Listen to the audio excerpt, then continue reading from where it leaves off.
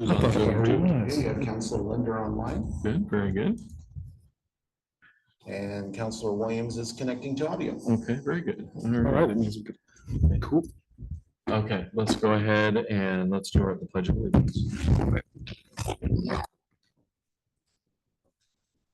I pledge allegiance to the flag of the United States of America and to the republic for which it stands, one nation, under God, indivisible, with liberty and justice for all.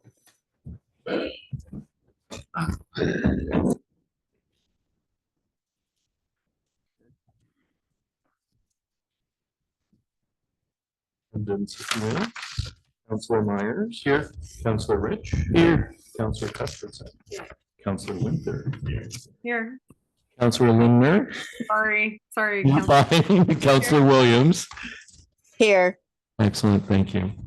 Okay, everyone's here either in person or on Zoom. All right, who would like to read 2.1 this evening?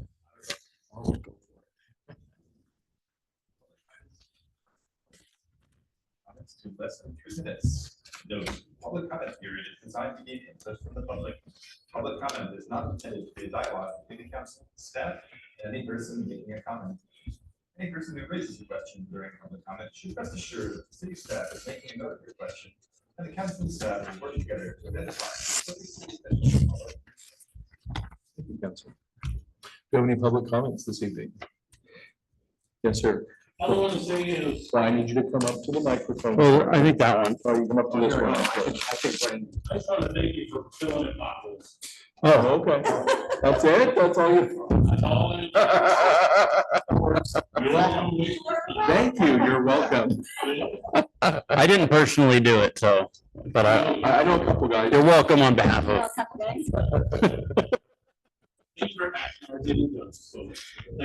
Very good. Thank you, Commissioner Eastridge. All right, any other public comments? Going once, going twice. 3 times we're sold and we're done. Okay. All right, we're gonna go ahead and we're gonna move on to section 3 here, which is staff reports, updates, and presentations. The sheriff is here in person, live with us to present his report. I do apologize for missing last time. I think you were on Zoom. I think you were on Zoom last time. It was the, Oh, okay. It wasn't gonna work that night, I apologize. That's Any okay. questions for me from that meeting or for this portion? I've been here a few times tonight, so I'm gonna stick around for a while. Jen, maybe we're done. We'll get it, yeah. We can always move stuff up, when we get past the, The presentation, so I'm in no hurry tonight, we're all good. okay. Any questions, for the sheriff? Quite busy, it looks like. Yes. Busy month. Yes, there's quite the report. Nice weather, the weather changed, so just got busy. Sheriff, I did get, this is kind of late breaking news, but I did get the final order from ODOT that they have so ordered, as they say, to put up 25-mile-an-hour signs. Yeah. And so their crews will be installing those, I'm sure, shortly. Good, that's good news, that's amazing news. So, as soon as that happens, let me know. We get it. You'll be back. You can catch all those people used to 30. That's right. We're doing the same thing on CC.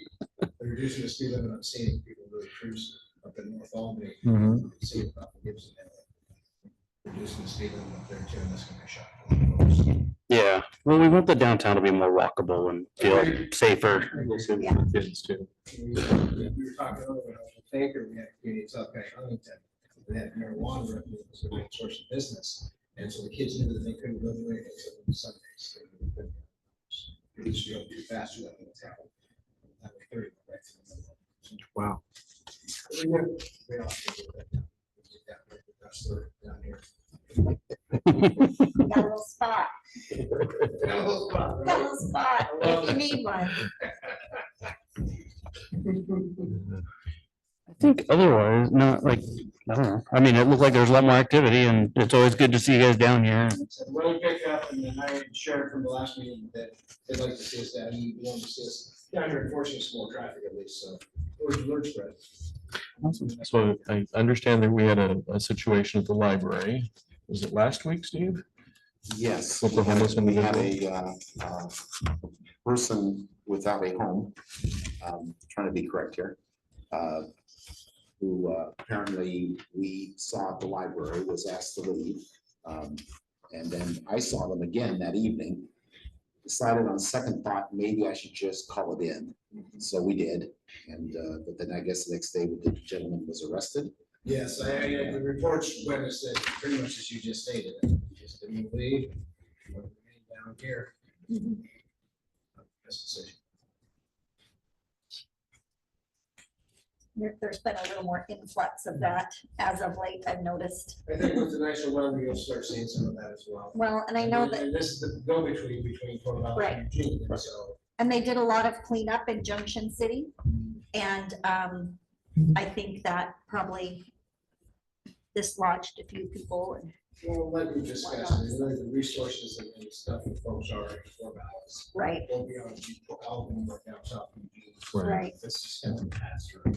Yeah. exactly. You'll see some folks coming through. And if they're doing stuff that they shouldn't be doing, absolutely give us a call. Otherwise, Yeah, well, I know for, you know where folks are at and what they're doing.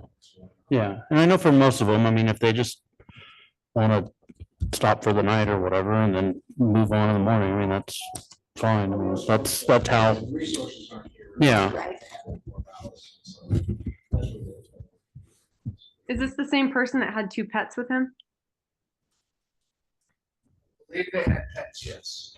But like the daytime drop-in center, I know that Dr. Howard was saying she gets mail for over 600 people now. At the daytime drop-in center. Mhm. So, folks, but like I said, they need to get up there for just some easy, simple things that we take for granted, that if we Right. don't have a landing pad, it's pretty important. Been working with Liz Irish, she's running for county commissioner, she's on the housing board and on the finance board. And she and I got her in touch with Judge Blake up there in municipal court, same judge, and he runs a community court, and we do some things for folks up there, so we're trying to get more folks involved in that, if they have contact with courthouse police. Just little things that we can do to help, try to alleviate some of the problems, some of the heaviness. Well, and if we can, the support that we can give that's gonna help people be able to get what they need, that's so much better. It doesn't, then you're not perpetuating the problem, but it's just so hard here because we don't have a lot of resource and Right. so. I know, and it's not just, it's several of the communities within the county. Mhm. The same route, where the resources are. Right. Any other questions for the sheriff? Nope, thank you so much. I'm gonna sit back down, enjoy you guys again in a little bit. Yep, all right, thank you. Great. We've got the Corralston County Public Library presentation and Ashley Chadwell. You sit there if you Yeah, wish. yeah, I'll probably do the easiest. Yeah, thank you.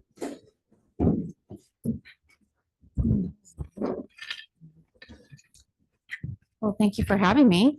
I really appreciate you inviting me down, and it's been a while since I've been in front of you talking about the library. I think the last time we did an annual report was before the pandemic, quite frankly, and then, as you know, things just got a little topsy-turvy for a while. So I'm happy to be back here with you.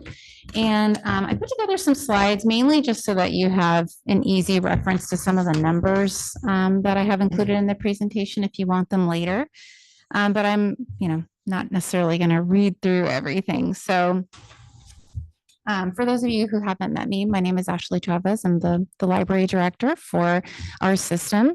And I've been with the library for, I think I'm about to start my 8th year. So have really enjoyed my position and love what I get to do. I think it's a pretty awesome job to be in charge of the library system. And I feel really passionate about the work that we do for the community. So I'm happy to tell you about it. So Steve, if you wouldn't mind going to the next slide, I'm going to go through the first few slides a little bit quickly, but I think it's just helpful to provide some context about the structure of how our system works. You probably know some of this, maybe you know all of it, but I figure you might learn a couple of new little things. So we have a system where we have a library, a taxing district, a service district. And the way that works is we have an intergovernmental agreement set up between the city of Corvallis and Benton County, where Benton County, I mean, essentially the 7 pages say that Benton County is going to turn over all of the funds from that service district to the library annually, or excuse me, to the city of Corvallis. In exchange, we run a library system that serves all of the residents within the service district. And so that IGA in the service district was established in 94. And really no changes at all have been made to the IGA. We do have a library advisory board that is dictated in that agreement. There are 5 people appointed by the city of Corvallis City Council, and then there are 5 people appointed by the Benton County Commissioners, and then a city council, a Corvallis City Council liaison, and a Benton County Commissioner both sit on the board. And then we also have a student representative that Benton County appoints. And so that group meets 4 times a year. They are an advisory board, but we take policies to them, kind of ask for their input, and just, use them as a sounding board, as a representation of public opinion, and work heavily with them on budget development, strategic planning, and policy development. And then, as you know, with our branch libraries, we, serve the, well, technically, we don't serve all of Benton County. There is a portion of North Albany that's within the incorporated city limits of Albany, and they're served by the Albany Public Library. But the rest is served by us. And so we do have some branch libraries, obviously here in Monroe. We also have a library in Philomath. We have a library in LC. And then starting in 2020, we launched a really robust delivery system, which eventually replaced our bookmobile. And so if you want to go to the next slide, I'll kind of cover a couple of things. So you know me, some of you might know Andrew Turbis. He's the library deputy director. He actually was the extension supervisor for a number of years before kind of working his way up. And so he's super familiar with the area. We have a brand new extensions supervisor. So this person really supervises all of the employees that work in all of the branch libraries. And her name is Taya Hart. She just started with us about 3 months ago. So I'm really excited about the future for our branch libraries. I feel like she has a great vision for how to engage with the community more, and really, help support staff. That position had been vacant for a little while, so we're really excited to kind of get back into it. As for extension staff, I'm sure most of you probably know Lori Pelkey, who works at the Monroe Community Library here. She's our community library specialist. We also have some staff who rotate at all the branches. Ann, Eric, Jordan, and Brian. You probably see Ann here the most, and Brian, but they also drive delivery vehicles and deliver items throughout the county. And so all of them really are an important piece of our extension staff. And then we also have a staff member dedicated to our marketing as well. As you can imagine, we have to do a lot of work in that respect, and that's Kara Cardella. So if you could go to the next slide here. Okay, so I thought before, I do want to talk specifically about things happening in Monroe, but I do wanted to share a couple of things that we've done as a system this year that I think are worth noting. And one of the things I want to say that I really like about the way our system is set up is I think it's a really efficient use of taxpayer dollars. The way we do things is we really do try and approach as a system together. We try not to duplicate effort. So for example, when we're purchasing items for a collection, it belongs to the whole system. It travels through all the libraries. So that way, folks in Monroe or LC, their collection changes as it moves around, and you have access to a much larger size of and scope of collection because we're purchasing for everyone, not saying, Monroe is going to get, this pot of money because this is the population size. We really try and be thoughtful about how we approach our services. So if we create a program, it might be a program in a box that goes around to all the different libraries. We really try and spread our efforts around. So this year is really the year that I feel like we returned to sort of like pre-pandemic levels of program offering. I'm sure you guys have seen this a lot. It's people's behavior has changed really, right? Like when they go out and about, how often they go out, what they do. And so it's been difficult to sort of adjust and understand what people's wants and needs are these days. And, I'm not really sure folks know either, quite frankly, what they want. But we really made a big effort to increase our level of programming and try lots of different things this year. So from January to December of 2023, you can see we offered almost 1,300 programs for a variety of ages throughout the system, had almost 40,000 in-person attendees. We did do some virtual programs. You can see that netted us about 3,500 or so folks who attended virtually, which brings us to just over 42,000 folks in total who have attended a library program in the last year. So it was really nice to kind of see folks return and come back and be a part of those programs. And I'm going to give you some specific numbers to Monroe in just a little bit as well. I also do want to share we migrated to a new computer management system. We had the same one for over 20 years. And over time, it had really turned into a system that really served school libraries. And it just really wasn't the best fit for us anymore. I'm also happy to say that we moved to an open source software, which means we can customize it for our needs. And it's actually about $30,000 cheaper. So we're able to reinvest that money in the system for custom development. So that way, it actually feels like it's the system that works for our county, not, a lot of the products are really off the shelf, kind of, meant to work for Nashville Public Library size and, maybe a library that only has, 500 people as population. So it's been nice to have something that allows us to customize to what we need. So some of you might have noticed that happening. Our catalog and website changed. Hopefully you're finding a lot easier to use. We're really appreciating it so far and enjoying it.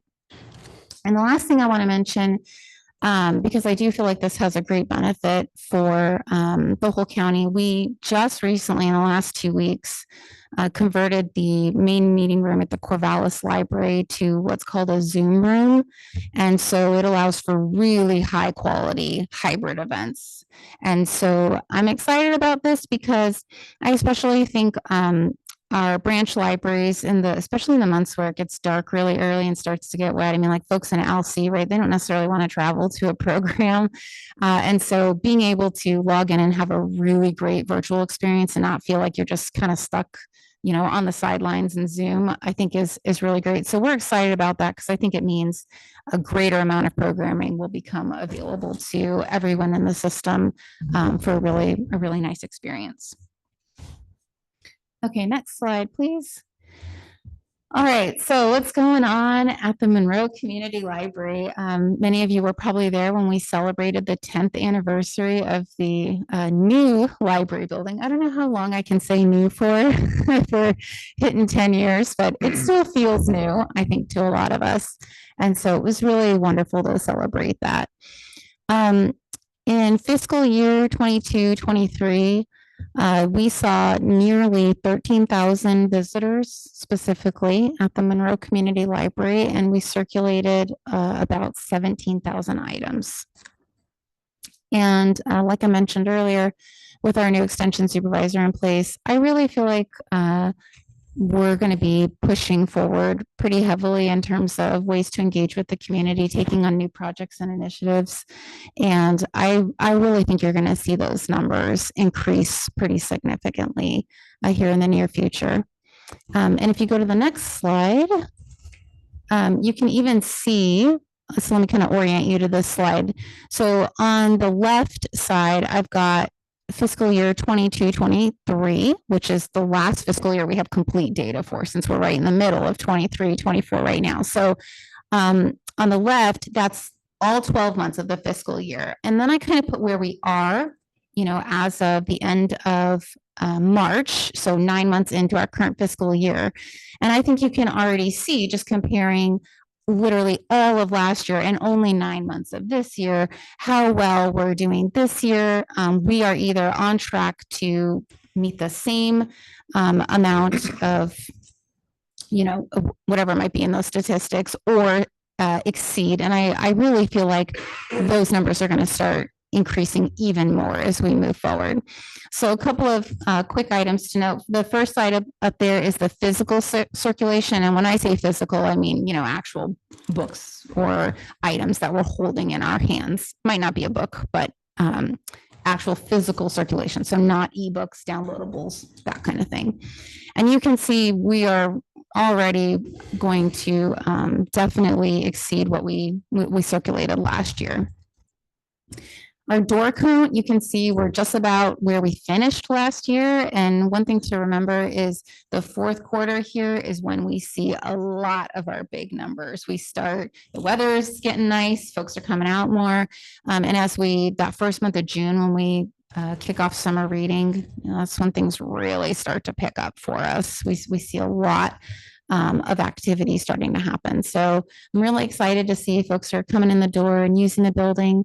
As you can see, program attendance, we're easily going to match what we did last year, if not exceed it. Because again, as I stated, that fourth quarter, we really start to ramp up how much we've been doing.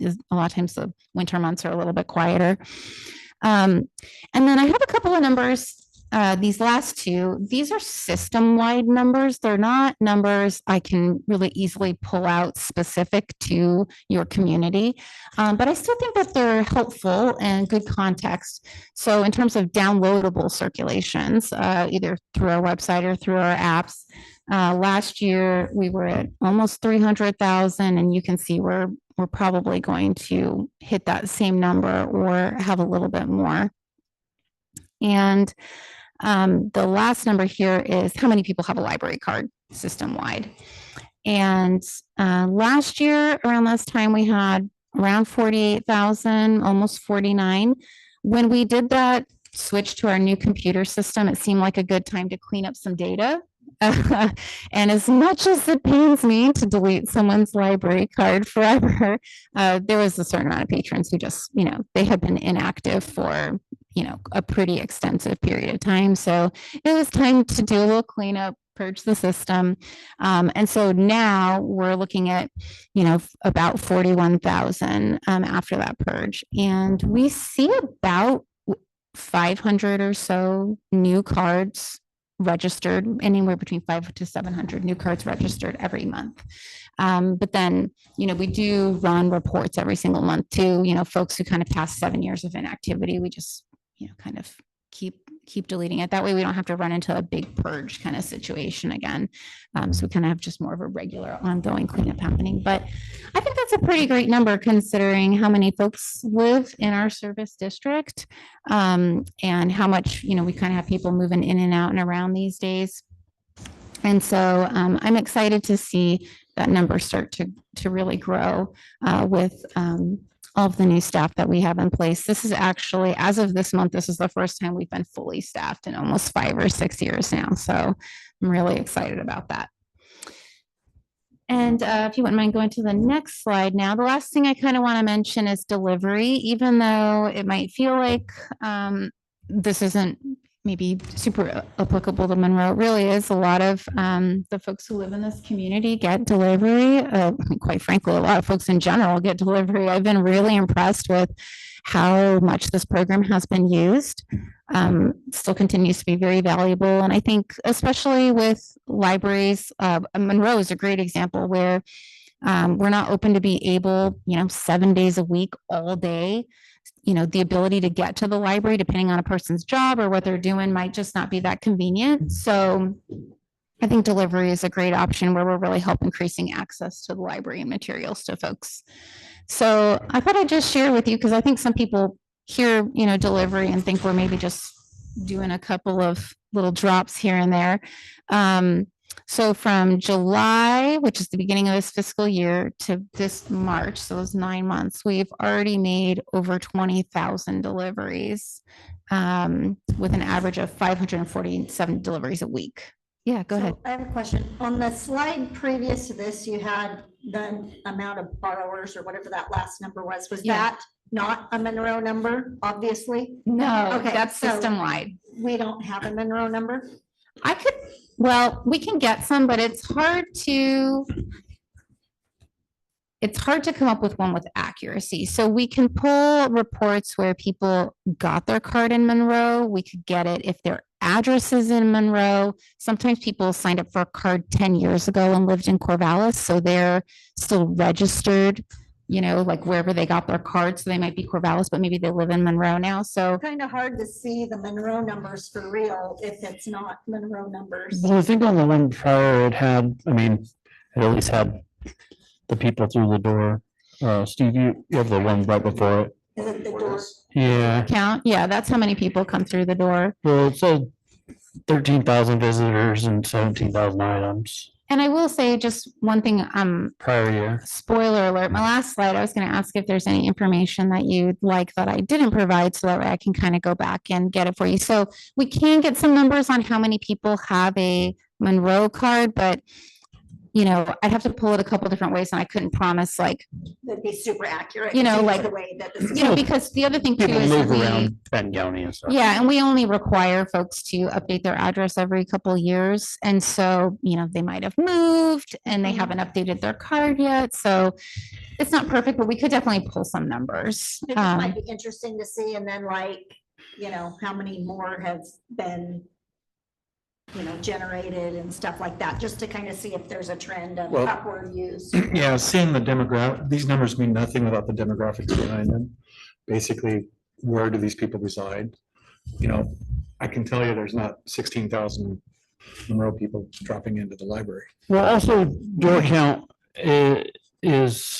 could be the same small group of people that Yes. comes Grandson, daily. It was 7 times and he was one guy. Yeah, that's what Went through that door. Well, that's what I'm So saying. demographics There's like certain that people break that, down the numbers. like I know your kids are in there probably every afternoon. But what gets me is if you have a library card, that's supposed to be able, so you guys know where your assets are, right? If they check out a book. Mhm. If you don't have a correct address, what good is it?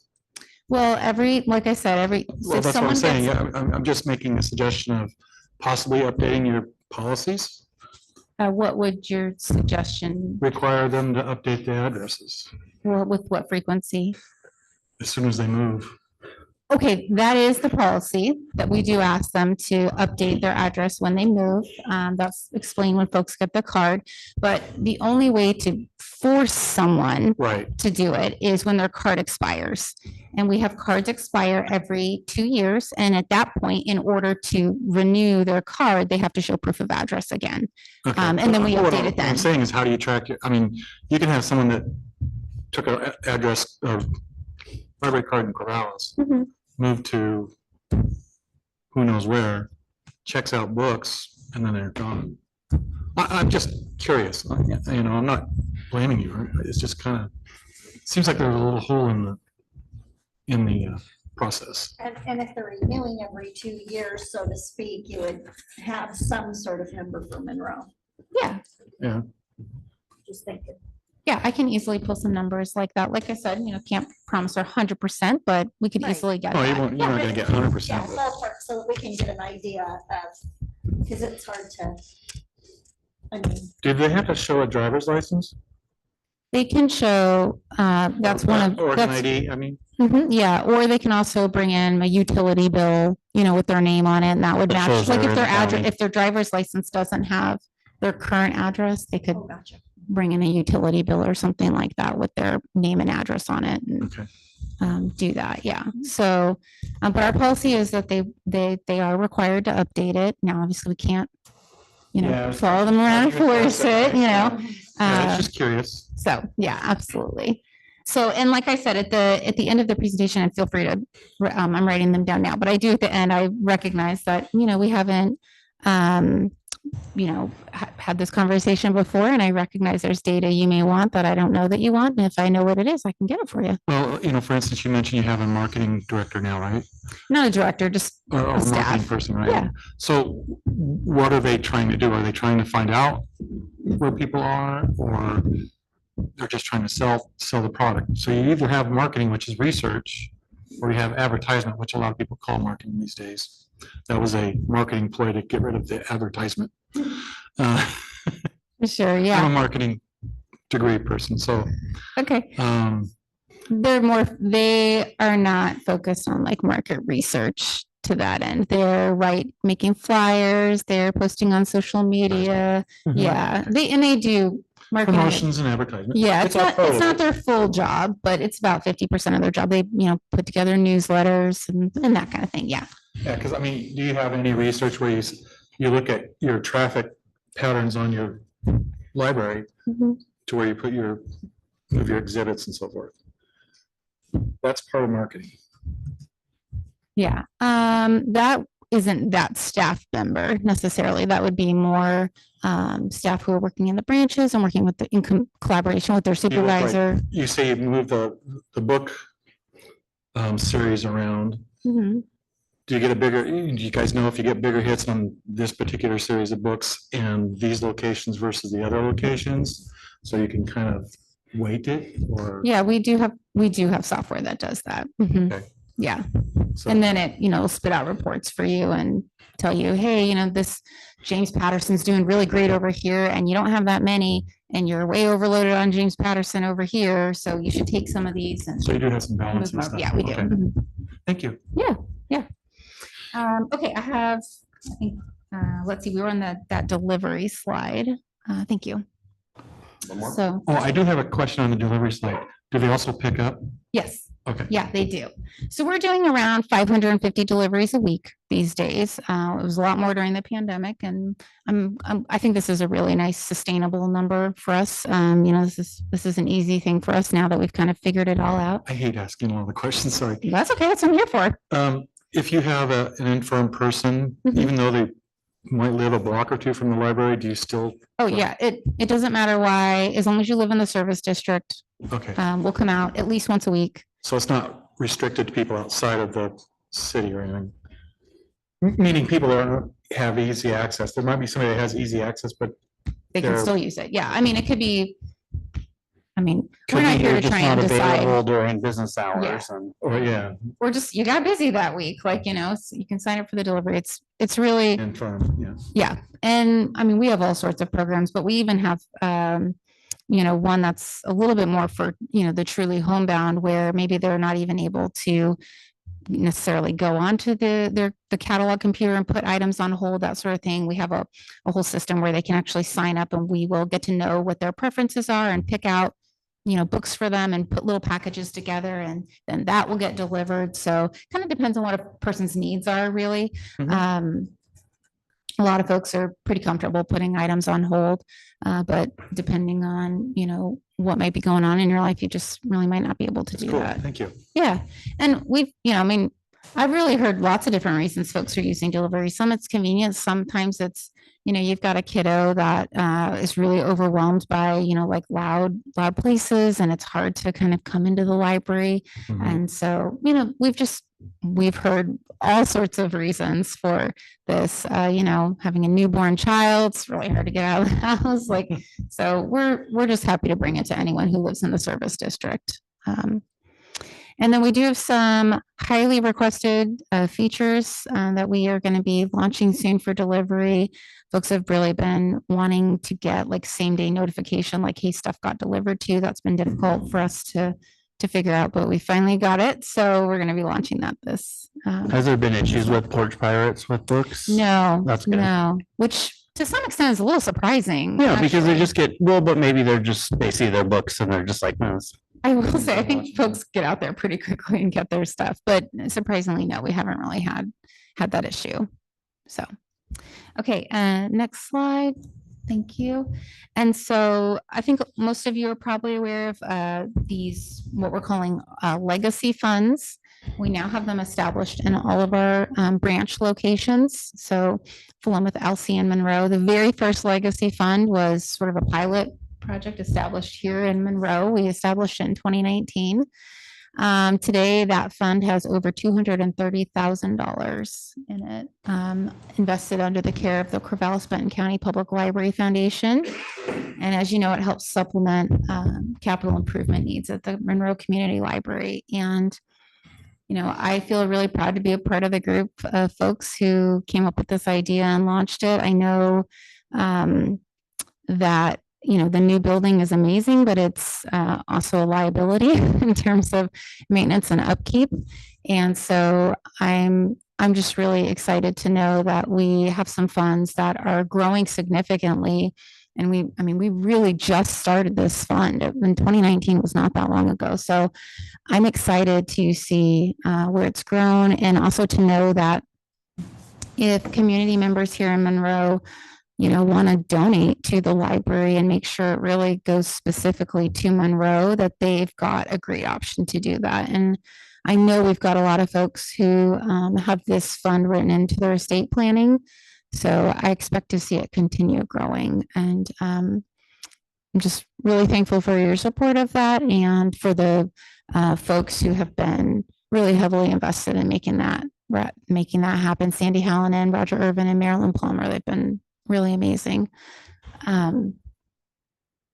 Okay, next slide, please. And then just briefly, I mentioned that library advisory board earlier. I thought maybe I'd give you a little insight into some of the work that they've done this past year.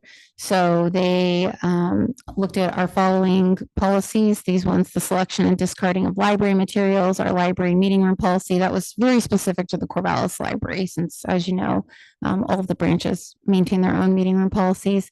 And next week, in fact, we're going to be looking at the code of conduct, which basically establishes acceptable behavior, that folks can, what we consider acceptable behavior in the library, right? So we don't really want to ask people to leave, but when you serve literally everyone, sometimes you do encounter tough situations and have to ask folks to leave. So we'll be updating that.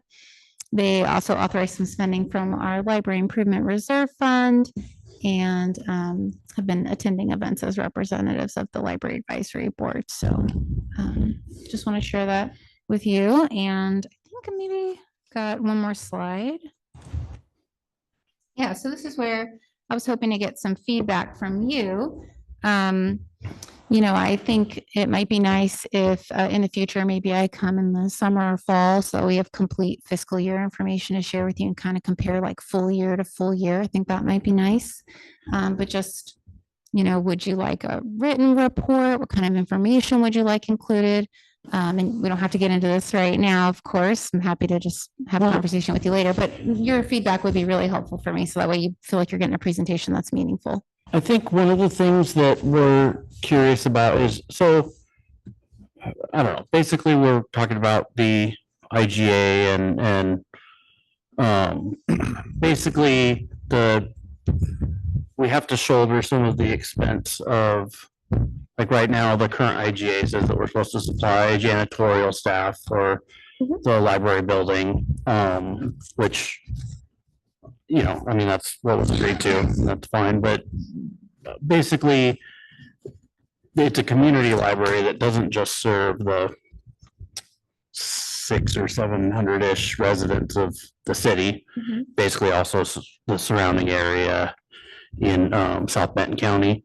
And I don't know if there's a way to figure out the percentage of, basically we pay funds through our property taxes. Everybody in Benton County does, to go towards the library system, and the city shouldering an additional expense of taxpayer money to the operations of the library, which, basically right now you guys kind of control the meeting rooms and the use of the whole building in general. And so I don't understand, I don't know, we kind of want to find a more equitable way to, that's, because it's basically right now, the way it is we pay our through our property. Yeah, we're paying twice if you're in the city limits, because you're not just paying your, the amount that goes to the operations of the library, but then you're also going to pay for the other portion of the operations through, taking from the city funds to cover those expenses. And so, I don't know, if the library controls everything within the building pretty much, and, their staff runs things, I guess we're just looking for some way for that to be, I don't know, more equitable for all the South Benton County residents and not just shouldered the additional costs on the city because it's in the city limits. And for someone like me who's been here quite a while, I don't remember, I mean, this is the first report that I've seen. And so it's really hard for us budgetary wise to look at. I mean, I don't know, for me personally, how do I make a decision? Because I don't know how much it's used realistically here. I mean, I'm hearing about a whole system and that's great and fine and wonderful. And it's not like I don't like the library or anything like that, but it's really hard for me to make a decision going into budget and looking at things when I don't have the information that I need to do that. Is it increasing? Is it declining? What's it being used for? Who exactly is using it? Is it just library patrons? Is the library using the facility for other things? And what kind of groups are those? And are they people that could be standalone groups, or is it something that has to do with the library? I mean, there's a lot of different things. And for me personally, I am an event person. So I know when you use a facility, there is a fee to that facility because you are using that. There's wear and tear on a facility. There's things that need to be taken care of. You're going to need toilet paper. You're going to need, basic things that need to be taken care of. It's really hard sometimes to divide that out and to know what's going on. If you just let one faction use a facility, and then they can decide what they're gonna do with it and who's gonna meet in there. You don't know if insurance is being covered. You don't know. There's a lot of unknowns on our side, in my mind, as far as what's really going on and who's really in charge and who's really gonna be responsible. So there's a lot of liability that kind of runs really vague for me in that situation, personally, if I'm looking at it that way. So, when you're asking what preferred time of year to present, for us, when we're looking at budget, it would be nice to know what's going on before budget. Mhm. Which is now.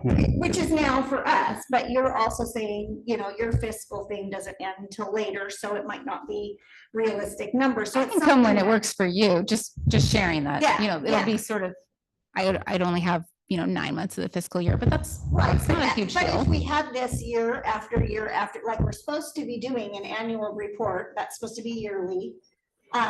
We have no previous information to draw from. Is what I'm saying.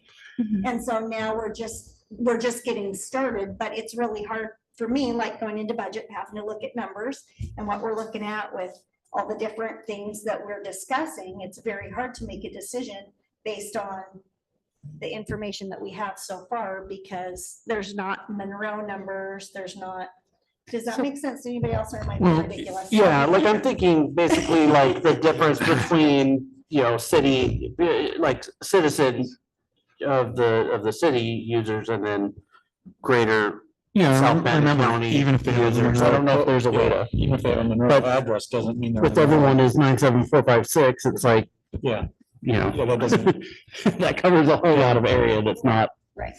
So what I City can tell limits. you is, again, these numbers are not perfect. Oh, yeah, since, for sure.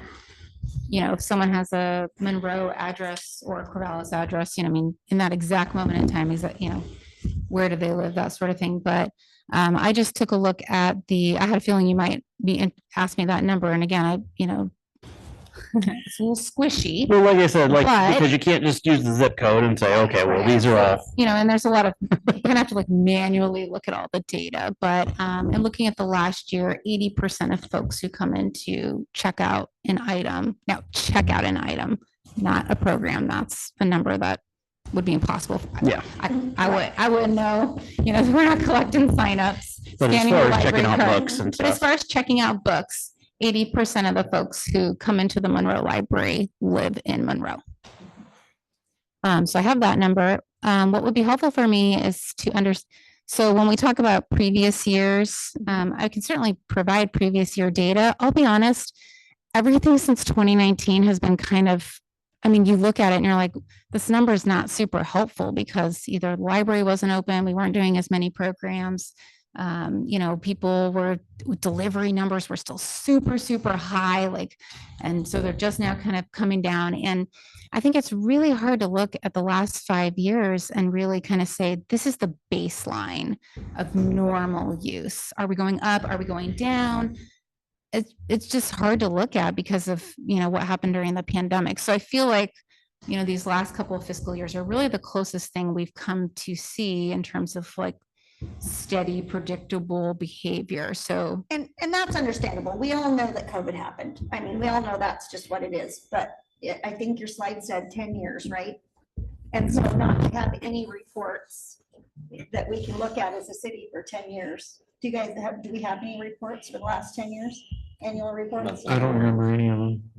I I know it was asked of Roger back when the project started, Yeah, but so you have to just understand from our point of view. Sure. That this is the first one in 10 years. So that makes it very difficult for us to be able to ascertain what we need to in that instance, is Yeah. because we just don't have that information.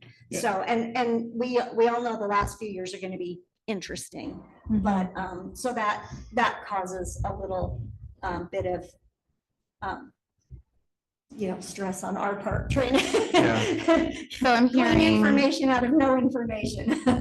and knowing how many people are in there, like you said, it's gonna be hard to get the numbers, but when you say 80% are the ones checking out books, how long does a person that checks out books utilizes the library per trip versus somebody that's going in there, sitting on the computers, researching and things like that? right, yeah, and, you know, programming, I mean, I'm gonna make a little bit of an assumption here just by, you know, sheer face of logic that most of the folks who come in for a program, I'm not going to say all, but I would assume most probably live in Monroe. You know, it's possible Corvallis folks are coming up from Monroe story time, but I think it's probably a little bit of a stretch. Junction City, maybe, you know, but Yeah, but by Monroe, you're talking about the 97456 zip code. mhm. That's Alpine, that's, Yeah, well, Well found. what I did, when I got that 80% number is I ran a report of addresses and I looked at the are address to the see PO if it, boxes, there was a couple. because that's another one that's. There not was gonna a happen. couple PO boxes, but not many. So specifically looking at, you know, like Yeah, the city was Physical listed as address. Monroe. Mm. because Orchard Track is not in But there. even the city, like, so basically a lot of the outline areas still, They're not in the city. they're limits. Monroe addresses, but they're not. Right. city And, limits. and so this kind of gets to, you know, Where it's hard to get my point, good like, data as it's far really as, hard to like- get good data because Or take- yeah, there's, Trying to get our zip code changed. it's really hard to kind of pull maybe exactly what you want, but I can try and get as close as, you know, what, at least give you something to work with. So I just kind of need to understand what those are. And, you know, I do apologize. You haven't received those reports. You know, I don't think there had been really any history of it prior to my starting, and I wasn't really aware of Well, and I don't think, something we were doing. I don't think so- until we started reading the IGA and talking about possibly Exactly. revisiting the IGA because the 10 years had been Yeah, up that we even realized that there was supposed, that we were supposed to be requesting or see correction moving Yeah. forward, which is why I want to make sure that this time is valuable for you in terms of like understanding what information you want me to bring forward. So I can definitely bring more historical data and try and gather some more information on meeting room users. And, you know, some of this is things we can probably clear up in conversation about the IGA specifically, but in terms of the annual report, Yeah. I can certainly put more information. And if you prefer getting more of a, you know, kind of like a one pager with the numbers in front of you and just focus more on the data, we can do that. Or if you want to hear more about some of the programs we did, you know, we can kind of go that route, do a little bit of both. So I think it's nice to have all the information because I actually learned something tonight because I didn't realize that the delivery system happened, and I'm very excited for some people that I know that could really use that. That would be a great service for them. So I think informational wise, that's really great, but I think for us to be able to dial down what we need really area specific information to be able to help us yeah, make the decisions that we need to moving forward, especially with the IGA and knowing that that's actually separate. I get that, but Yeah. And I can do my best to pull what I can, but at the same time recognizing like we are Corvallis Benton County as a system, and that's how so much of our information is collected in our system.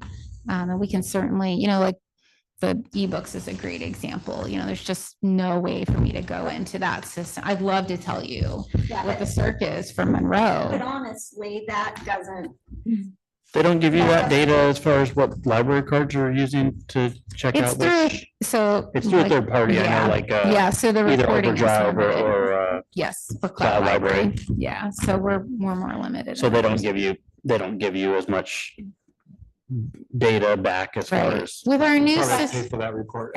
yeah, with our, also cloud library, as much as that's interesting, that doesn't pertain to the information that we need as a city.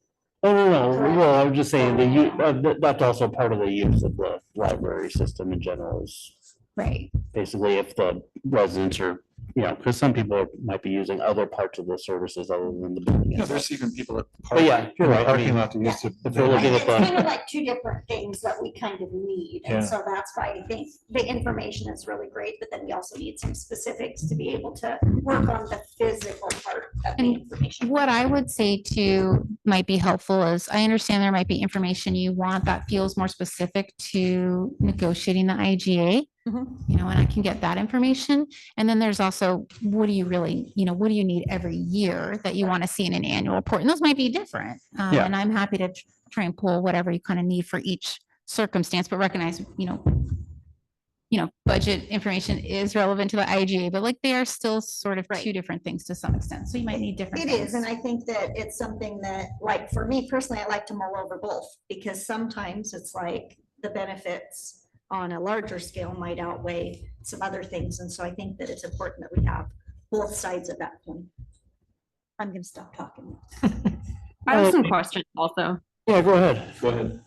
Thanks. I put these in the chat, but I'm curious who performs custodial services for the branches in Corvallis and Philomath, Adair Village, and LC, and then whether that's a library employee or a Corvallis or, local custodian person.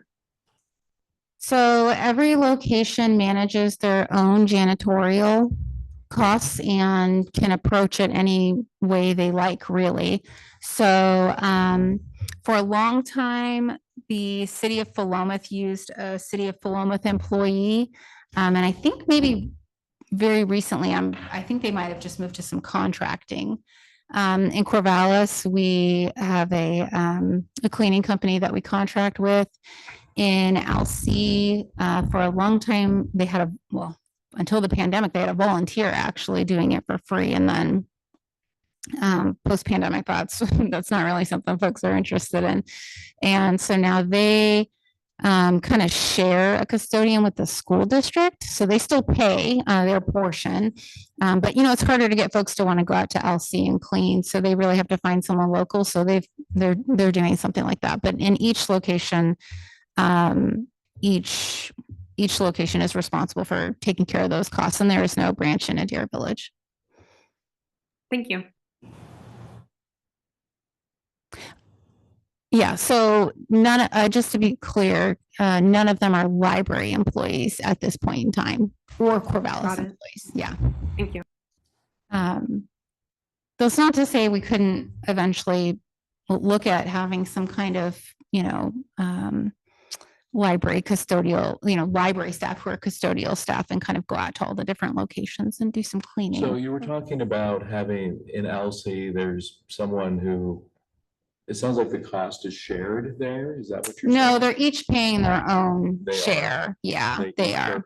Paying their own. Yeah, Is that but they right? just are using the same person. Okay, so do they have individual IGAs for those different branches? Yeah, we have a different IGA for every branch. Mhm. Okay. Yeah. So I think going back to Counselor Rich, we, as you know, that library that we have here, love the library. It is a huge building.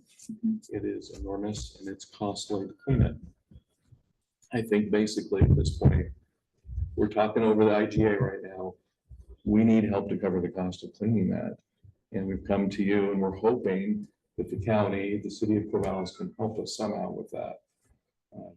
Like I said, it's expensive and we need some help. And we're hoping that you guys can help us, but from the conversations that I'm hearing and having with Steve, I'm not seeing that we're gonna get that help. So I'm not sure how we're gonna be able to budget and afford to do that. So we need to be able to, going back to your point about equity, figuring out a way where we can meet in the middle and figure out how to pay for this. And I'm sorry to get to the point, but Well, that's and- a big concern for us, and being able to make sure that that building is clean and safe for everyone who uses it, including my kids, anybody else's kids. I mean, that's, And the staff that work. Well, it seems like the staff has certain standards of, how often they want it. So, I guess a question that I have for you is, I came here to provide you our annual report of the library and assumed we'd be talking about IGA at a separate time. I'm happy to answer your questions now.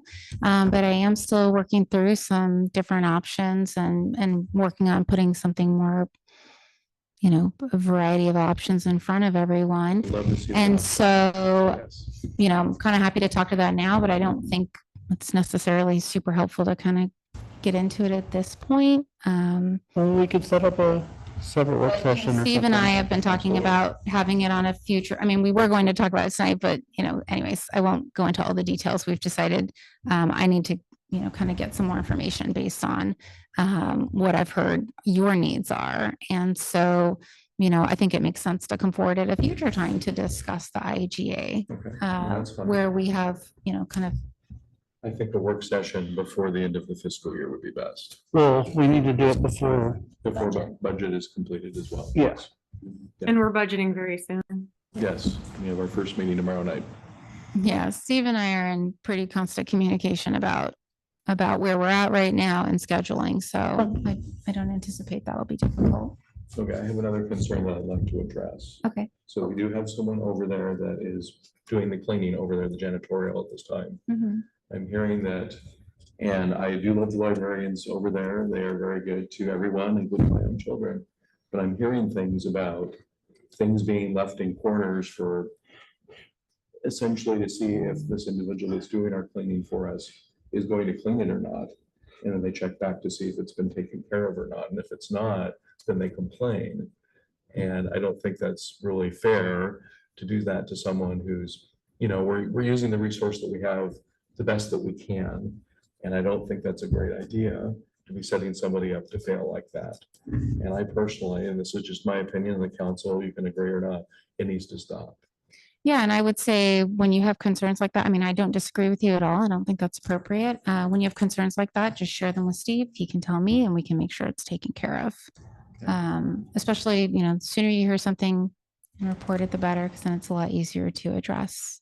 And it's hard in a small community too, because you need to realize that can really cause a lot of friction. So a little bit more professionalism and taking care of it, in a better manner would really go a long way, because when you start getting hard feelings and stuff, and then you're trying to work on an IGA and everything, it just complicates things. And we don't need that extra complication. We like to be happy and get along here if at all possible. So. Yeah, just anything you hear, please do make sure you share it. That way we can address it. Okay. So any other questions? Not at this time. From me. I have a really quick question. Go for it. You had asked, first of all, I just wanted to say, Ashley, thank you for putting together the presentation. It was very informative. But in moving forward, could we get data on all of the different branches that the library serves? That would be really good for me to understand kind of the foundational understanding, and then year over year, how we are progressing as the county and how we are progressing as a branch in Monroe in comparison to the other branches. Yeah, can I ask a follow-up question about that? Certainly. I could definitely do that. Are you mainly interested in, say, door count, circulation, program attendance, or are there other categories where, you'd like to see some numbers for comparison? That's a good question. I think for now, I would like to see all of the above that you mentioned, like door count, circulation, and programs, Mhm. definitely. And then as we start to get the data, perhaps we can, amend and adjust as we need to in moving forward. I can do that. Yeah, especially for the 3 outlier branches that, get used by more of the the rural populations of. Yeah, and then of course I also have separate delivery numbers, which, So I think maybe manually we could break down by, zip close about, code-ish, again, it'll be a little squishy, but it'll give you like a sense of where things are at. Because I know lots of Monroe folks get deliveries, so. Yeah. Yeah, okay. Good that's call, definitely Councilor something I can Williams. do. Thank you. Final call. Any Very other, helpful, thank any you. other questions? Okay, thank you, Ashley. We Yeah. appreciate No. your time. Thank you for being here. Yeah, Thank you. Thank you, Ashley. I really appreciate you being engaged in library usage and interested in it, It's and, an important asset. yeah, I really appreciate that, so thank you. I know the mayor you. and his kids use it, and I know I use it, and my kids use it, so. Yeah. It's great. All right, I've donated to the Legacy Fund. I support it. thank you, appreciate you doing that. Have a good evening. Thank you. Sheriff, I'm gonna jump you forward. So I'm gonna go ahead, we're gonna jump down to old business, because your time is valuable. I want to get you out of here. And nothing but time. Yeah, we'll have you go over. Sit over here, because I don't think that mic is hot. She kept it warm for you. The seat is warm. Go ahead and turn the- Drive safe. Turn the mic on too. There you go. Perfect. Good to go. Oh, we got law enforcement IGA. We'll start with that one. Law enforcement IG, I think one of the previous meetings said it's gonna stay the same. We're not gonna increase. Right. Whatever you, Perfect. we're good to go on that. Okay, excellent. I like that. Okay, no worries. Thank you very much. Status quo. And the next item here, I know we've talked about town hall. I think we need I know you are. You need a couple dates. Give me a floated couple your way. dates, and the reason I say that is because I'm the sheriff, but I have some amazing folks that know a lot more than I do. And so if you give me some lead time, I'll bring the division commanders down here and they can actually be in the hot seat. You can ask away, and I love that. I did that at budget committee. I had every one of the commanders and directors there. They know their stuff better than I do. I mean, I'm just the guy, right? So it was awesome. They did great. Excellent. I think one of the things with the IGA, I think we had floated the possibility of getting a few more hours of like dedicated traffic time, which I know might increase the cost of it. I didn't know if there was a way for them to run proposed. Staff come down here write reports. Uh-huh. So if they come down here and we can figure out with them maybe running traffic and doing reports without increasing the hours or the cost, I think that's absolutely doable. And that's a good question for Captain Chris Duffett when we have our. Yeah. Is that a plus? Well, I think that, I mean, they can certainly come down here and do that. And I know we have 6 sergeants now, and so we're finally at the spot, we have great sergeant supervision on patrol. And then we have enough staffing now that I can put the forest deputy in the forest. But they're also part of the Lynn Regional SWAT team, so they're always training. And so the undersheriff and I are constantly having conversations about, what's the right thing to do? How do we do it to make sure we're serving Benton County first? And that's the priority. And when Monroe says we'd like to see some of this, well, that becomes a priority. I mean, that's the reality. You're paying for services above and beyond. I want to make sure you're getting the service and you're happy with them. Okay, yeah, and like I said, we we're trying to, basically, we know that there's a cost to jeopardizing more time. And we know that citizens want it, but also like, we have only so much budget for it, so that's why. When I say traffic, I'm like, well, it's a big issue in this corridor here, and also it's a revenue generator that could maybe cover the additional costs if there was some additional. So, And you want to be careful, and then I mean, you all know this as well, but like when I was with Corvallis, I oversaw the motor team. mhm, When one of them would go on training or vacation, I would literally get a phone call from municipal court because the work they did generated finances for an FTE, and they want to know why the ticket count was down because they had to figure out how to pay the FTE. So I just want to remind them, be really careful about that. I mean, Right. I want to make sure that we're down. Oh, well, and Excellent service. At the same time, I mean, if I have to pull them away, I also don't want them to go, but you guys be like, oh God, now what do we do, right? oh, So yeah. just, I've been on the receiving end of that, and it was tough. Well, we know there might be an uptick of warnings and stuff like that with the With the new. new speed limit, yeah.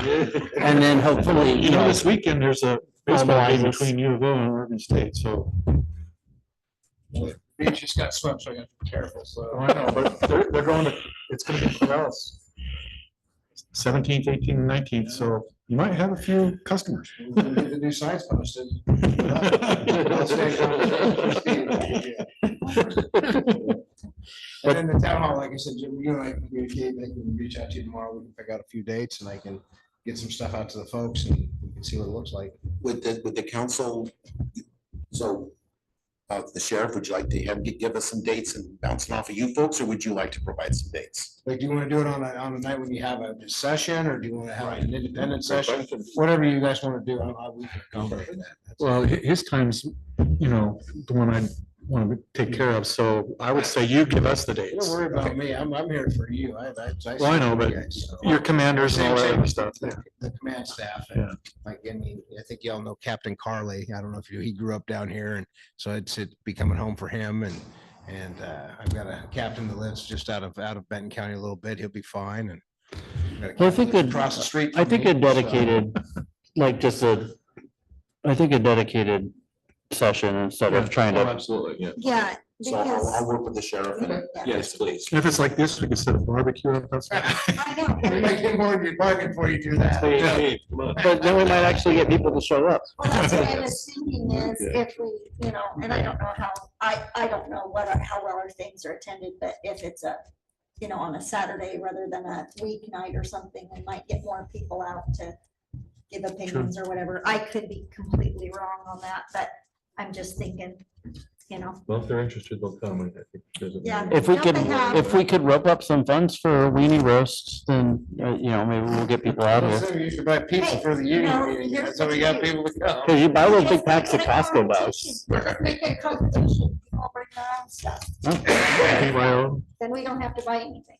We'll have Sheriff and Steve talk about it. Okay, that's no worries, we'll worry about it. Yeah, Anything last else? barbecue I was with the sheriff's department was at the fairgrounds and had lamb. Well, there you go. Yeah. So you guys got farmers out there, Well, I will tell you, I went to the Farm Bureau dinner down here recently, and that was a pretty good dinner as well, so at the brewery, I had pretty good food. Yeah. Nice dig, so. Anyway, we do have a big barbecue coming up. I did want to add, the mayor has reached out to the office and we're working right now. I don't know what right now, but as far as reserves, because that same weekend we're hosting a posse symposium. Right. And we're doing it in conjunction with Polk County, so I'm supposed to be up in the Polk County area. But worst case scenario, you might get stuck with me running traffic down here in the morning. Just so you know, I just don't know what it's gonna look like. He's talking yet, about- so. Just a quick question, off a different subject. Is Mary's Peak Search and Rescue still working with you guys? Yeah, MPSAR is still a thing, Corrals Mountain Rescue is still a thing, we have SkySAR, we have Aries, we have the K9, R3 K9, I think we have 6 teams right now when you count Do we positive. have anything for like the LC Falls area or? anything like That'd that? be MPSAR. Okay. Mary's Peak SAR That still does that one? Yeah. Okay. And then we also have an armed SAR portion, which is made up of sheriff's deputies, so. Okay. It's a lot of folks, it's almost 150 volunteers currently. And then we look at CERT, we're looking at probably close to another 50 to 75 volunteers, so it's a lot of folks. Yeah, I used to go on a marijuana search rides with Mary's Peak. I used to try to do marijuana eradication flights, but I was always denied because they weren't in the city of Corvallis. I went shooting up there once. I know that they like have to do cleanups every so often because Once a year we go up some there. people just leave. Yeah, Actually, I'll share my horn. Some people leave a mess in there. And if you need some casings, if you need some brass, I'm telling you, we go up there and do it once a year. It's quite a pickup, but there's a lot of brass up there. yeah, Folks there's, come up to, I mean, that's why our numbers are so good on the cleanup, because they come up look for the brass. There's So too we much, pick yeah. up A lot. It's pretty amazing. yeah. Up on Mary's Peak they're shooting? Oh, people leave a lot of mess up there. Oh, I haven't been up there for a while. They just pull off, there's a little turn off, you can walk. back. Yeah, there's a parking area and you just walk past the little, And blockade. Al Sherman's the one who organizes. the There's a road that you go like this, and if you don't have good brakes, you go all the way down the hill and you have to find your way out. And there's a couple spots that are still a little bit like that. And I will also tell you, I went up there recently, our Corvallis Mountain Rescue had a big training recertification Oh, okay. project up there. And they were amazing. It was so much fun to watch. So they're so calm and the radio comms were clear. And I mean, it was pretty technical. They were awesome to watch work. So. Yeah, I think a few years ago, you guys had to get with MP out there at LC Falls. We had somebody fall. No, it happens quite a bit. I mean, we've got mountain bikes. We got the side by side. We just took the tracks off it and put it back to tires because the snow's starting to melt off of Mary's Peak now, but. And we've got a lot of resources, a lot of fun. You know, anybody wants to volunteer, send them our way. Well, thank you. All right. Thank you, sir. Appreciate it, sir. Thank you. Appreciate it. Thank you, Sheriff. Thank you. So Al retired, and then he works in the woods as a reserve deputy. Said he's gonna put him in the boat, then he's a marine deputy, and he brings his dog to work every day. He has to take on trucks still. That was his wife and I went to high school together. and She just. Yeah. That was the last barbecue is when they got married. Yeah, so Amy and I went to high school together. She gave us Okay. very clear rules. and followed them. It was kind of amazing. You all had to be armed to go to that wedding. Probably a thing. But yeah, well, he told me I had to Can't wear, Find out, you go to the sportsman warehouse on Thursday, you'll find yeah, he told me I had to wear my 44 mag to go to his wedding. It was fun. it. Thank you, Sheriff. Okay, so we're gonna flip back now to the city administrator's report now. Okay, well, I've been busy this last month between the library, budget, mowing grass, filling potholes, keeping the water plant going, which actually has been going quite well. That's a good thing. And getting ready for budget.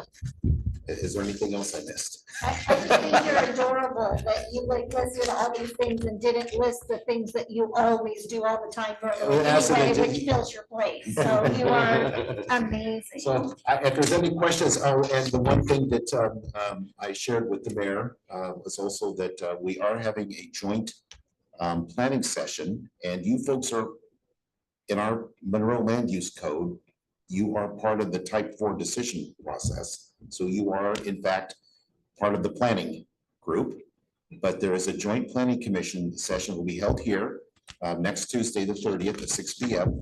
between Benton County and us. So our planning folks, you and they will be here. They would like your input, but we are also specifically going to be talking about the UGB land swap and what the next steps and coordination and all that. So that really, I've been working on that with Darren Nichols as I've been reporting to you. But this will be kind of the first time that both groups, Benton County and Monroe, have sat down and started to take the first steps towards that reality. So it takes a lot of coordination between us and them, or them and us. So it's important that everyone's can talk to each other and figure things out. The 30th, 6 o'clock. 6 o'clock here, Be here or be square. be here. So it's a public meeting, so, and we'll have it on Zoom. That's next week, right? Yes, next Yes. Tuesday. Yes. So tomorrow we are, I will be continuing with the budget tomorrow. That will also include a waste water studies as we move forward into this process.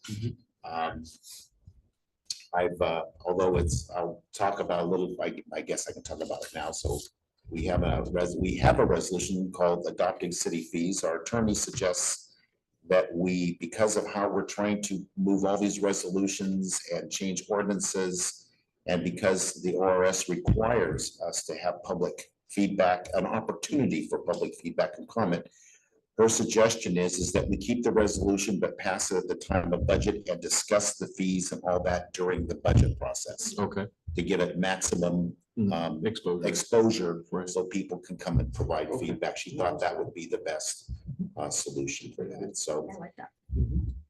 gosh, it seems like every day is just so many different things, but those are the key things that I am currently working on and working with staff to provide schedules. One of the things we are doing in Public Works is creating schedules, work plan schedules, like for instance, mowing schedules, that type of thing.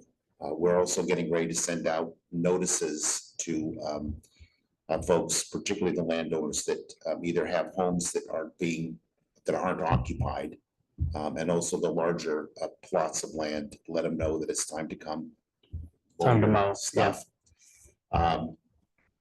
because gets rather important. The town does look pretty good, except for the homes that don't have anyone in them right now. And that's kind of an issue. Other than that, we are, and I guess some very good news, I've been reporting on our utility billing and the amounts and arrears and all that. As of this month, we only have one person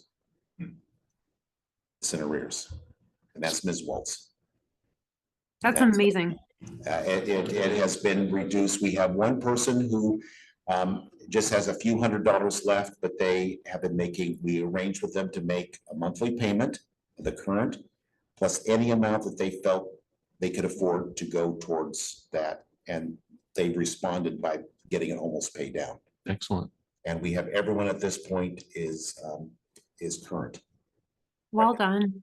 We have no 10-day letters out. No one is subject to disconnect. Great job. Awesome. Yeah, that's a lot of work by office staff to make that, Definitely. make the policies and procedures and work together to make that all happen. Plus Public Works to go out and talk to people and Right. get people to understand that it's helping the city by being current. Right. So that's about 2 years since COVID. That's 2.5 years in the making. But we got it down to getting it almost paid off. Just amazing. Any Great update on? job, Steve and staff. Yes. Repeat that, Counselor Lindner. Sorry. Sorry, I just said great job, Steve and staff. Yes. Oh, thank you. Yes, that's, Definitely. everyone works together to do these things, and it isn't easy. Collecting on, particularly when you know folks and you know their situation, is not easy. It just isn't. And to get it to this point where we really have everyone in town that is living in a home that is paying to have everyone current, and now they don't have to worry about being in arrears, is great. We feel good for them too. Oh, yeah, definitely. I was gonna ask if we had any sort of update on Mr. Terrell and the Alpine Inn. We are at the moment, it is with our attorney to draft a summary judgment that will be heard on May 22nd. Okay. I'm assuming that's a court date. That's the court date, yes, with Judge Blake. The price is reduced if you want to buy it. So on that note, there's $529 or something. there is an extra. It's still high. Let's let Steve talk. So if you, I imagine the summary judgment will be for the entire amount, Mhm. penalties and everything included. Just so you are aware, you've asked me in the past about recovering from liens. Mhm. The city by Oregon state statute does have a right to foreclose on Okay. property based upon monies owed to the city. That's statute. Okay. So it's up to you to decide what dollar amount you trigger that, but you can Mhm. certainly initiate a sale of property to pay city liens. Okay. Does it have to be like a minimum or a percentage of or anything like Nope. that? Okay. It's whatever the city decides. Good. Typically, cities wait, usually it's a fairly large dollar amount. That can also be a situation where the dollar amount just keeps growing. The person doesn't really want to pay it. And you may decide to act while the property is still in reasonable shape for it to be sold and to recover your money. So it typically is sold at 75% of the assessed Okay. value. That's what by state statute. What is the current tally, for lack of a better term, on the fine? For Mr. Terrell? Mr. Terrell is now at, let's see here, hang on. November 6th, December, January, February, March, April. It's 150,000. So you're about $160,000 right now, not including interest.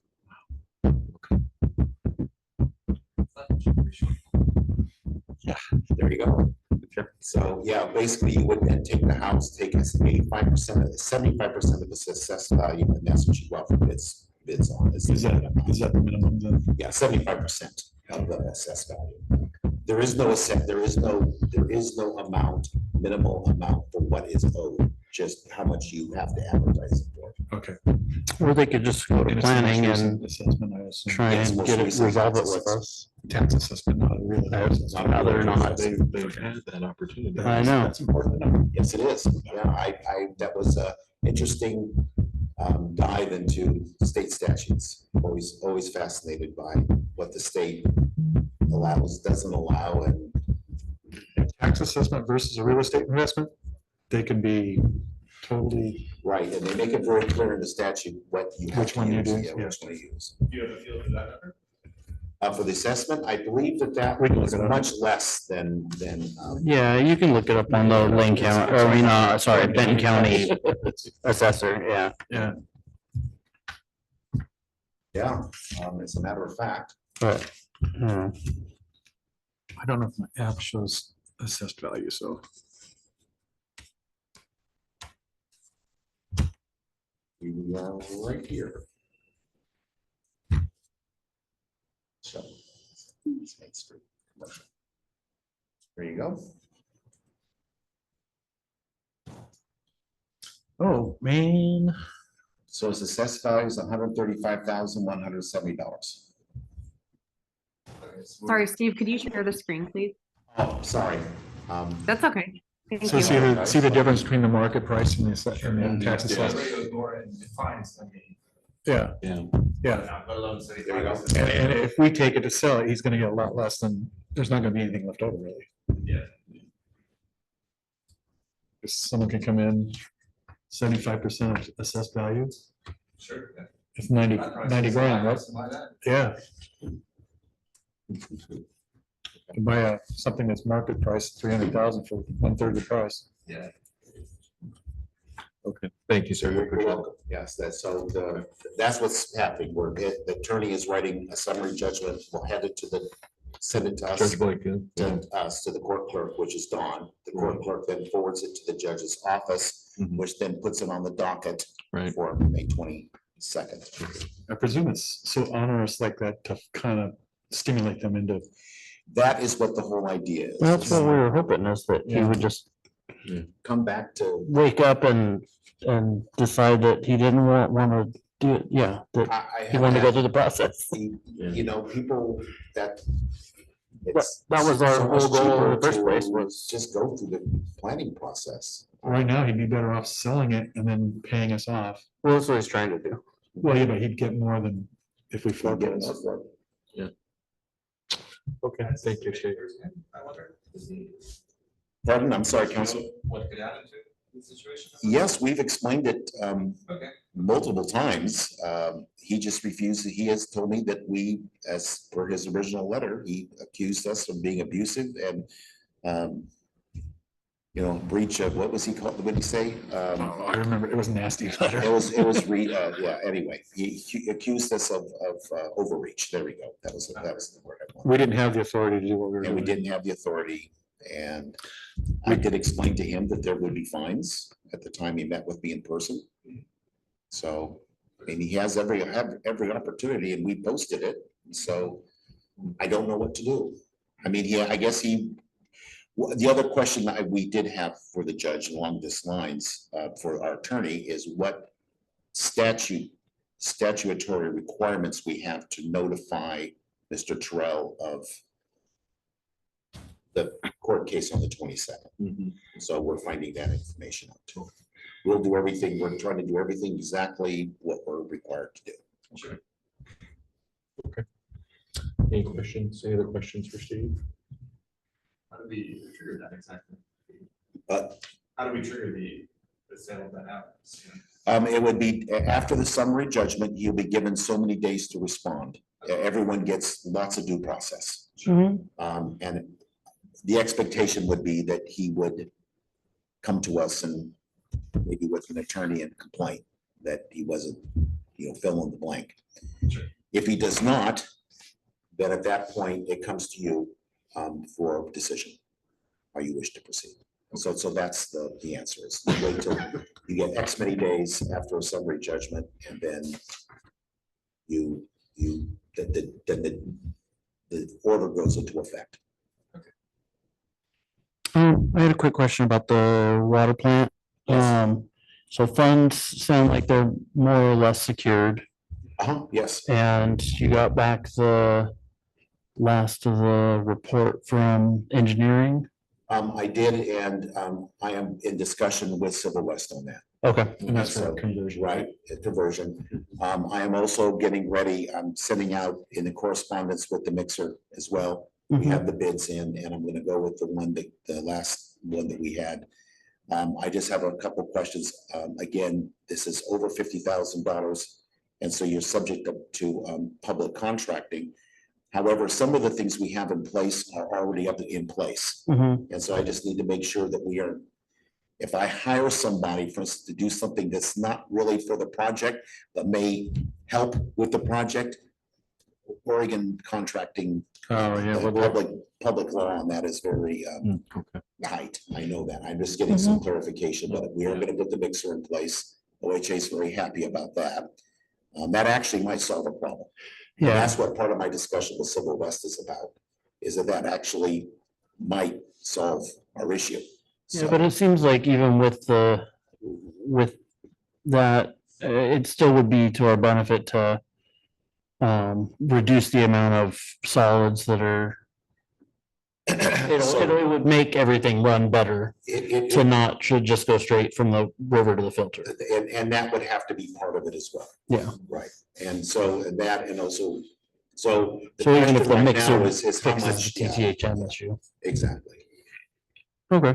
Yeah, I just didn't know what the timeline was, We and I know are getting very OHA. ready to do something because we have limited amounts of time for that, those funds, and so. we're Yeah, getting ready to- well, limited, and also OHA is OHA at the hot to moment, trot on OHA us for is- penalties and stuff. OHA is happy at the moment because our DVDs are within limits and have been now for over a year. Okay. You haven't seen any notices lately, so. But they also know that we are in the process of changing things. The Oregon Health Authority's mandates for membranes like we have really increased this last October. Mhm. My reporting is now double what it was, just because we have a membrane plant. So, again, those are some of the discussions we're in right now. Okay. Sounds good. All right. Any other questions? Okay, we'll move on to the consent agenda. So we're looking at approval of the bills, looking at the financials and the minutes. I gave you a separate accounts payable sheet. One addition on that is for what we just did for shredding. On that was just added today because it had a net 10 on it. So, Who's that one with? let's see, that is Stericycle. Oh, okay. See it there, right? Sounds good. Okay. And we actually did have a budget line for it. Very good. I know, that was. We budgeted 500 and it came to, I think, what, 415 or something, so. What is our schedule for shredding?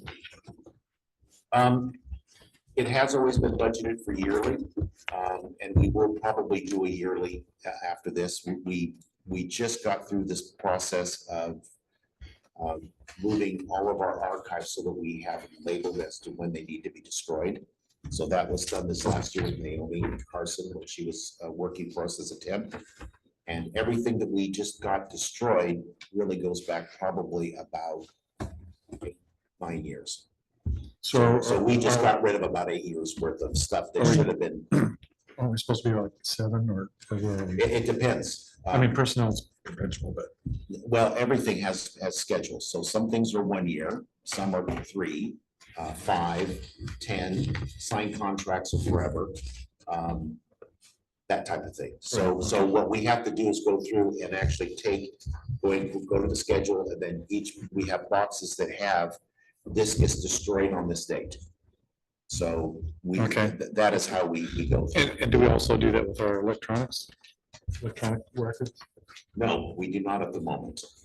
Those are still under, we're still in the process of sorting through all that. Okay. That there are some things that are, like resolutions and that type of thing, even though they're old, what we are trying to do is put those in an archive section. some history is just too valuable to destroy. True. But payables and that type of thing, yes. So like the sheets, all the checks and things that you're looking at right now, those will be, I think, on a 3-year cycle.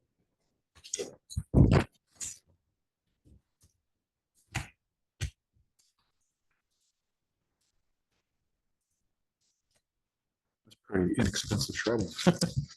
They did more than what we told them. They were very nice about getting rid of a lot of things. We got rid of many years of stuff that should have been taken care of a long time ago, but we also spent a lot of time making sure that valuable things didn't get historical things didn't get. That's a lot of time. I was involved in one of those projects. Yeah, it is a lot of time. It's A lot of time. a lot of. I'm gonna make a motion that we pass the consent agenda. Pay the bills and pass the minutes. I'll second. Great, thank you. Any other comments or questions regarding the agenda, the minutes? the bills?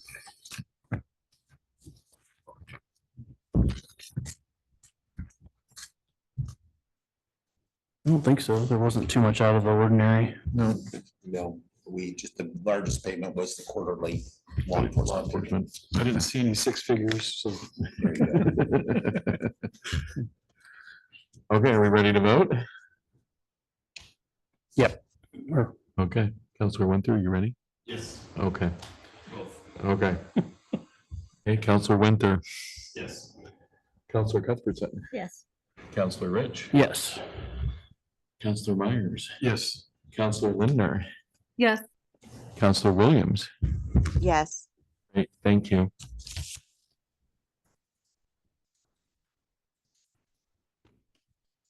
Okay, we're gonna move on to new business. So we have resolution 2024-03, adopting the multi-jurisdictional, that's a hard word to say tonight, natural hazard mitigation plan. What a mouthful, boy. Sorry, this is actually the suggested template that FEMA wants us to adopt. So if I would have had it about, whereas it's shorter than this, but so the entire plan is, there's a whole section, but a lot of it is kind of like boilerplate, just giving you your demographics and maps and things of Monroe. What I did attach to this in here is basically the matrix, which we have reviewed a couple different times. Right. But this is the matrix that will be included in our section, the Monroe section of the National Hazards Mitigation Plan. So that's what I attached for you this evening. Certainly the entire amount, I put that, I believe, in the packet for you online. But for this packet, just to save another 30 sheets of paper. Yeah, Right. your attachment was good. Yes, it was, sorry. That's okay. I have it downloaded here if anybody wants to read it. So we are one city amongst Corvallis and Albany, and I mean, there's a whole bunch of other, or not Albany, but, North Albany. North Albany, yeah. Corvallis, North Albany, Alsea, ourselves, Lowell must be in there. too. Adair, Philomath, Yeah. Corvallis, I mean, we're all. The cities of Adair Village, Corvallis, Monroe, Philomath, and the Hoskin Kings Valley Rural Fire Protection District. It's the First time they're in there, that's what they said. Oh, all right. Husky King Valley. Okay. We all work together and over Mhm. many months and Not Blodgett? not Blodgett. They're just, they incorporated as part of the county. Oh, Yeah. gotcha. But Summit, I think, is also another. Yeah, Summit's the other one. Well, I make a motion, we pass resolution 2024-03, a resolution adopting the 2024 Benton County Multi-Jurisdictional Natural Hazards Mitigation Plan. Great, thank you. Any comments, questions before we vote? Nope. Nope, all right. Well, we'll go ahead and vote then. Counselor Lindner. Yes. Counselor Williams, Yes. Counselor Myers, Yes. Counselor Rich, Yes. Counselor Cuthbertson. Yes. And Counselor Winter. Yes. Great, thank you. question. Yes, sir. Okay, go ahead. How does this affect Monroe, city of Monroe?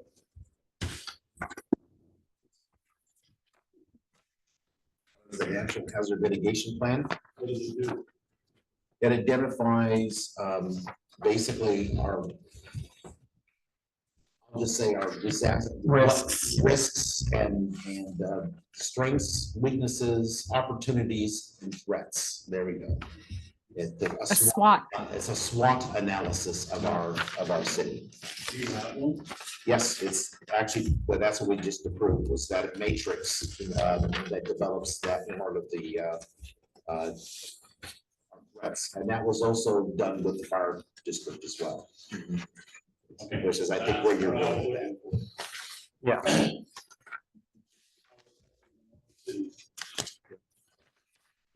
And so the county also has part of that as well, and they also interface with the rural fire district on that as well. So All right, let's move on to resolution 2024-04, adopting public street storage policy. So this is the vehicle storage policy. And this is basically what we have reviewed over the last few months. And the one addition to this is the actual storage fee. Part of it, that's an attachment fee.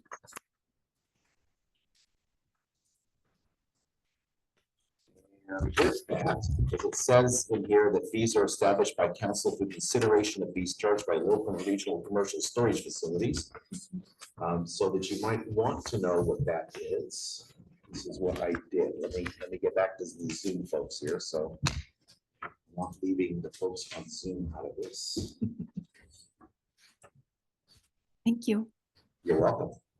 So what I did was, there's lots of considerations when you charge a fee for anything. One consideration is that you need to look at what other commercial entities are doing. So, so what I did is I just did a survey of folks in the area. So I did Junction City, Storage Junction, Celtic Storage, Harrisburg is, though they have several, but I guess they're all JB Mini Store or Harrisburg Storage. I'm not sure who, but they seem to be operated by the same group. In the Eugene area, we have Eugene RV Storage, Eugene Safe Storage, Fern Ridge Storage, that's down by Fern Ridge, of course. Store and Lock and Northwest Self Storage. And of course, Portland, which is where they're, but they have this is for if you need temporary space for a few weeks for construction, or you're moving or doing some project and you gotta deploy and park a lot of things out in front of your house. So you can see that their pricing is more, but they are not long-term. This is, they're typically up for 3 weeks with extensions. They probably have boys the band too.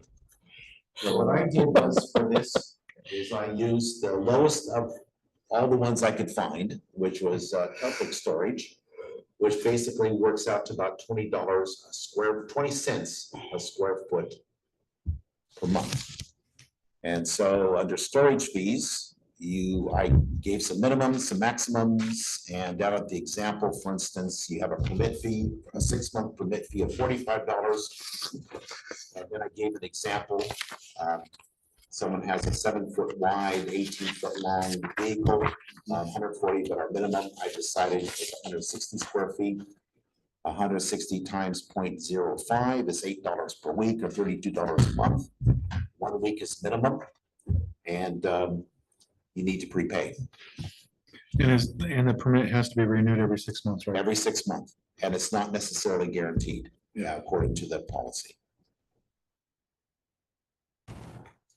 I also, because we talked about this, Don and I talked about this, and we could utilize some things that we haven't used in a while. One of them is an express bill pay form, custom form. But we can also prepay these permits and that type of, weekly fees. But it also gives you the opportunity to say, for instance, okay, I'll prepay for 3 months, but I'm going to be needing my RV the 4th month. out of that. So I'm not gonna be doing anything. So you can prepay for 4, be off for a month. And then if you choose to prepay again for the remainder of your 6-month period, you can. But that would only be if you provide a schedule at the time of payment. So you need to give us, you can't just come to us, after you say, well, I think this week I'm gonna take my car. You need to prepay for the minimum of a week. Otherwise, it would be impossible to track.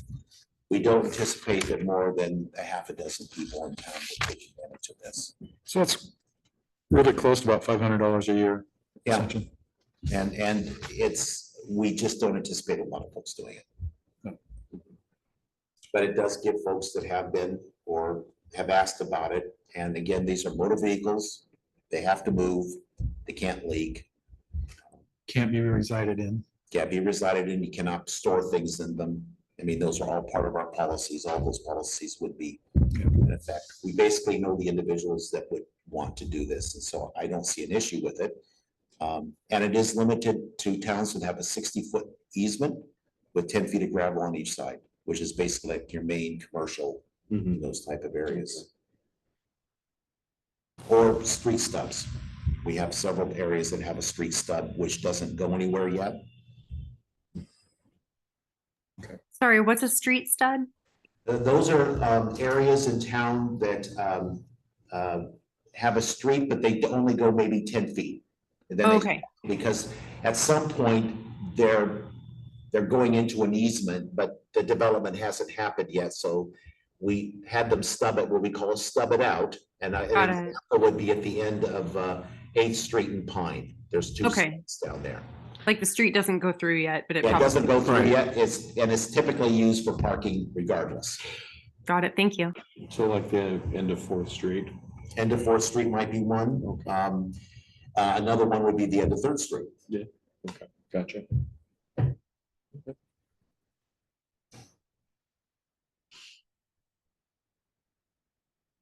Any other questions, comments? Anybody like to make a motion?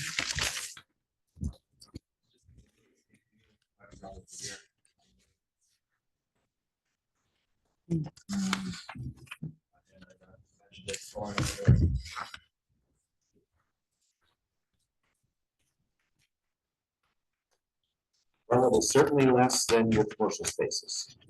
And that's really where you're going to get a complaint from, is the city competing with commercial spaces. Yes, that's true. And we are required to make sure that our costs are at least partially in line with that. I mean, we have to make an effort to do it. That's part of the public benefit piece of statute, where we have to charge something that's reasonable. We can't just give it away. Right. Yeah. That makes sense. Yeah, and so what I did was I took the lowest that I could find. Mhm. And the second part is, instead of, in most of these places, simply say, this is the space. If you only put this much in the space this big, you're still gonna pay the big thing. I said, okay, well, there's a minimum, but there's some adjustment there. We're not gonna charge you for just, we'll come and do a very simple measurement. And there you go. We have to inspect the area. We have to inspect it anyway. That's part of the policy. I mean, it sounds reasonable to me because, otherwise some of those may need to find somewhere. Else. Yeah. Yeah, I mean, because like Steve said, if we undercut commercial businesses by a lot, then they're saying we're subsidizing. Right. And then, And you don't want to go down. that road. yeah, you don't want to go down that road. And I don't know if you remember Prison Blue Jeans, the state correction department, they had prisoners creating blue jeans. They undercut all the blue jean manufacturers. That's where some of this ruling came from. Yeah, you're exactly right. It was the prison Prison blues. Yeah. Put a lot of blue jean, small mom and pop blue jean places out of business. There was a big lawsuit over that, so. Sure. Yeah, so it's, Lots of opinions on that, but I probably have some. they were good jeans too. I had a pair.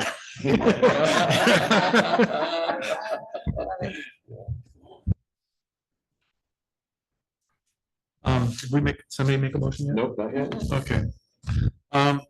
although I agree, it does sound steep, but I know what we can't do.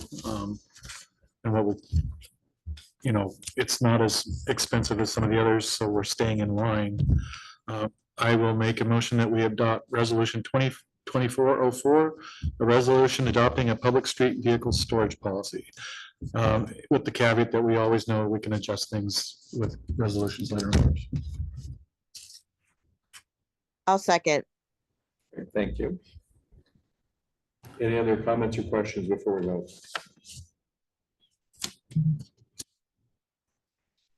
Okay, let's vote. Counselor Winter. I will say. Okay, Counselor Cuthbertson. Yes. Counselor Rich. Yes. Counselor Myers. Yes. Counselor Linder. Yes. Counselor Williams. Yes. Okay, thank you. One of these days he's gonna call us out of order. Yeah, well, I'm just to kind of mix it up. Mix it up. And Councilor Winter's concern. We've got to be real careful if someone comes and asks for a variance. We can't do it at this point. We'll have to make a resolution to change the rates. So, I mean, that's one of the things that we can't bend, because then if we change it, we hurt a business. Yeah, well, and I think it gives an option to folks that have probably been using it for a while, but now that we're enforcing parking storage on public. Well, I know that the western streets, Pine that we- Street, sometimes that stuff. It gives them an option in places where they can safely be able to still do that. Yeah.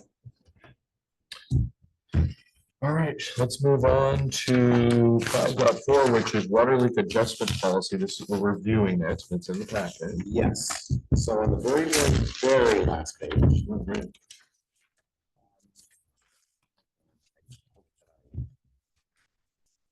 I apologize for those online. What I did was so you have before you a water leak abatement policy that has some highlighted areas and some non-highlighted areas. The non-highlighted areas are basically what the city has been doing. There was a resolution that was passed, I believe it was 2019. That basically gave guidance. It wasn't really a resolution specifying anything. It just gave guidance to city staff on developing a policy.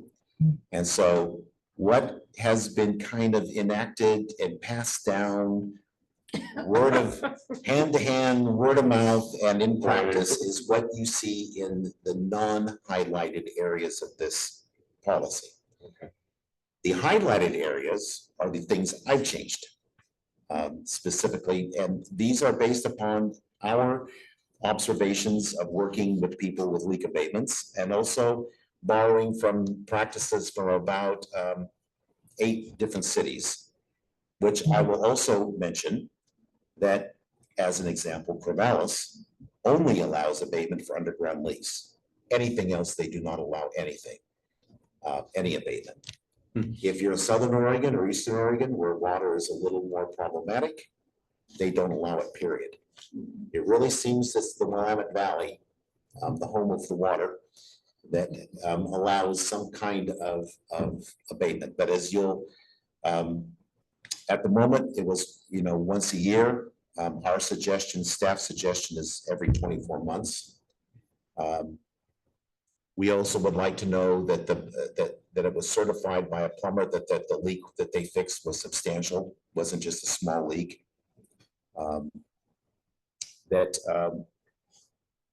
We are not going to make any adjustments because your irrigation system leaked, or that the excess consumption is due to the apparent continued waste of water due to negligence, such as failure to repair the leak or turning off water from an outside hose bin.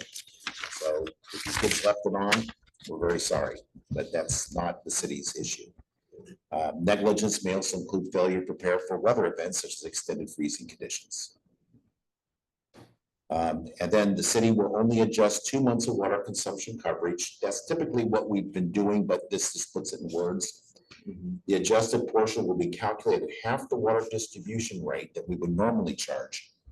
And the credit allowance may not exceed $500. Okay, so we're just charging 50% on the, That is for the correct. total amount of the leak. So what we would do is go back to the similar period the year before. We would say, okay, well, this time you used 14,000 gallons during this period, and the year before you only used 5,000 gallons. We'll take the difference and cut it in half. So you'd pay for 4,500. Yeah. Okay. That's about kind of what we did before 2019 too. It's, like I said, this has been very much. Yeah, it was like half the bill. Half the bill, and then it got changed, and then, so I'm just trying to put this now in words so that. Well, and I know we Consistent. discussed it at the, I think we discussed it at the work session as well, like. Right. Cause I know like the thing where not being able to claim it every, Right.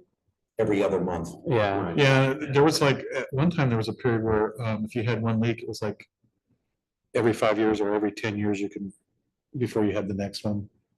Is there something I didn't know? Yeah, This it's is a, Every 24 months. yeah, so no more than every, Yeah. every couple So of years. at the moment, it was 1 year, so I changed it to 24. So those areas are things that certainly, like I said, there's a lot of cities that just simply do not allow it at all. I mean, they just simply say no adjustments. Some like Corvallis and a few others will say underground only. Portland, of course, has 25 pages. No, okay, I'm exaggerating, only 8 pages. Still a lot. But of course, they're big and they've heard every single excuse known to personkind, so they have adopted Yeah. it. I paid the full bill on my leak on 1 month because we couldn't find the leak. Yeah, I had to see it, we couldn't find it anywhere. Then the next month there was an artesian well kicking coming up. up. So that's why there's a 2-month abatements, because sometimes it does take a while. We typically look at all the bills each month. And if it looks out of line, our program will highlight it in red, or we look for it. To make sure you didn't put the wrong meter read in or And something, then yeah, then Mark goes back out, or whoever. Yeah. If someone goes, one of Public Works. like, one of whoa, did you us goes cross out, the or even numbers up? Dawn Yeah. will, if she has a nice day, someone will go out and reread the meter. And then if it is, then we then contact the owner and say, Houston, I think you have a problem. Yep, Yeah. that's what happened to me. They said, you got a problem. We looked for it for a month, couldn't find it. And then we'll have the owner turn off water and then look at the meter. We go there, then we'll recheck it again. I mean, these are done with work orders, and we go through this process of helping people find out what the issue is. Some of the plumbing around here, there was a contractor that put my house in, and he put a few others in. He buried the water lines 4 feet deep. So sometimes people have water leaks and they'll never know them They because don't know from where. there's so much clay in Monroe. Yeah. Yeah, you can have a leak and it takes years before it cuts through and really starts pouring. Right. So that's what happened to me. Yeah. So the, no adjustments for irrigation leaks. That's on the surface. You should know it, Okay. right? The You irrigation. mean like a broken sprinkler head? Yeah, broken sprinkler head. Okay, Yeah. where it's obvious that That's water's obvious. spraying up, okay. Because I have clients who have put their irrigation 4 feet down. They're trying to stay under the frost, and it's like, it doesn't frost that bad here. It's But I have 18 had inches to in. go down that deep to find irrigation, Yeah, so. you can use a lot of water very, very quickly on a broken irrigation. And Yeah. again, this is a situation where it costs, I have to turn the water plant on to make water. Right. So if you lose 14,000 gallons, that's basically, let's see, that would be an hour and a half. Almost 2 hours of production time, It doesn't take much. hour 45 minutes. My main concern with that was just, cause if it's underground, a broken pipe, you still wouldn't, basically, I don't wanna, Irrigation. basically, I don't wanna punish. I don't know, the only homes that really have irrigation, other than people that put them in for gardens or whatever, is gonna be Red Hills. So it feels like, But if you use 10, 15,000 gallons of water in one thing, I mean, that's how much those, I mean, a 3/4 inch pipe, which is what those are fed with, can dump a lot of water very quickly. And so the question is, does the city wish to subsidize that? Because that's what you're doing. Of course, we do have a $500 cap with this. But do you wish to spend $500 of taxpayer money? Because that's really what you're suggesting. I'm curious, how often is this used in the past year or two? Oh, it's used probably about once a month. Yeah, Irrigation, if it's 4 feet down, typically irrigation has a problem at the sprinkler head itself, right? I haven't heard one breaking.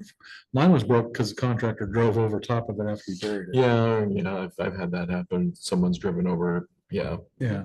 but it's all on the surface. I mean, it's right there. and typically there are valves that shut off. I mean, you know, your valves, your main valves, if it's installed correctly, should have a main zone valve that shuts off the entire system. Yeah.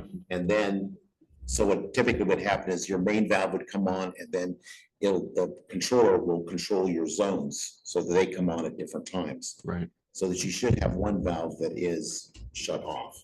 And a lot of the controllers will also have leak detection. And even our library one that's 10 years old has a leak detector on it. So if it leaks, it tells us.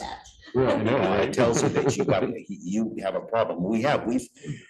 A few years ago, I think we went through, the water bill was humongous. It went up to like 30,000 gallons. Wow. And that's because the contractors at the time had used rubber garden hoses to connect the various segments. Matter of fact, that went back to 2018. I think we finally I had Mark last year. We found all of the segments. But I can't guarantee there's at least one more out there. Yeah. And the rubber hose, of course, deteriorates and breaks. Right. Yes. Yes, it does with time. So is there something for us to vote on this? This is your review. This is a review, and I can certainly bring this back to a work session or back as a resolution. It probably needs to be an ordinance and not a resolution, Okay. because it's going to modify chapter 5, amend chapter 5 of the Fees. And then of the fees. water system. Right. Uh, I mean, to me, it looks a lot fairer than when I had my problem. And having it codified does make it standardized, so everybody gets equal treatment. Right. So what would happen is you'd have an ordinance change that would amend it for a policy. And then you would have a policy that was amendable by resolution. So so the ordinance would add an abatement policy to it. And then that would refer to a policy adopted by resolution. And that way you can change the resolution, when you need to. Or as situations, or you may decide somewhere down the line that that's it. Nothing, or free water. Your choice. So I can take this and put this into, Make it into an ordinance. put it into an ordinance and then adopt a resolution to adopt the policy. Okay, gotcha. Thank you, Steve. You're welcome.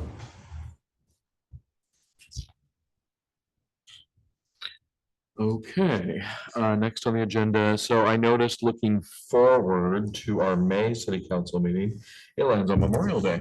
It does. Yes, I very noticed that as exciting. well, yeah. But I figured we don't want to meet on that day. Mm-mm. What does the 28th sound like for everybody? That's the next day, it's a Tuesday. I can do that. That works for me. Okay.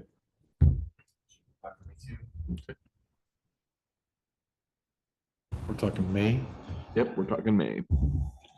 Man, May 28th. years going by. Okay. 28th, you said? Yep. And that would be good for city staff as well. It's good for me. Good for you.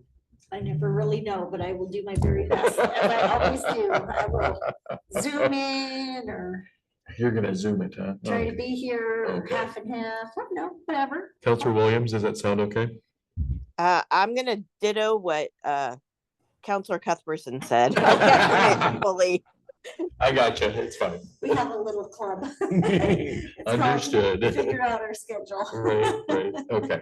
All right, so we'll go ahead and we'll move the May city council meeting to May 28th Right, thank at you. 6 p.m. We will make the changes. Okay, wonderful. Okay.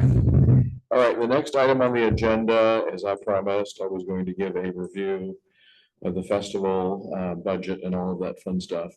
So I have to look at my phone because I cannot see that clearly up there, so I apologize. So what I did was I'm gonna break down, the first thing that Steve was showing here is the artists and crafters spaces and the money that we've collected for those booth fees so far. So far, we've got 28 spaces. We've got $1,090 from that so far. And if you scroll down a little bit more, we have 3 food trucks currently. Interestingly enough, 2 of the food trucks are barbecue food trucks, but I guess that goes with the theme of the event. So we do have Paradise Shave Ice. They're coming back. This is their second or third festival. So the kids will appreciate that, I'm sure. I So- love the shaved ice last year. That was great. So even adults like it too. Yeah. And also that food truck income there is $200. Then if you scroll down a little bit more, we've got the alcohol vendors. Right now, I've got Bluebird Hill Cellars, Gillard Vineyard, and Four Spirits Distillery. Maricott's app just came in today. Two Town Cider House came in today. We are talking to, we're trying to get a brewery. We couldn't convince Long Timber to do a booth, so, or a space. So we're looking at either Chiefs or Manifest to join us. So that's all in progress right now. What about Block 15? I haven't talked to them How about Oregon Trail? Oh, yeah. either.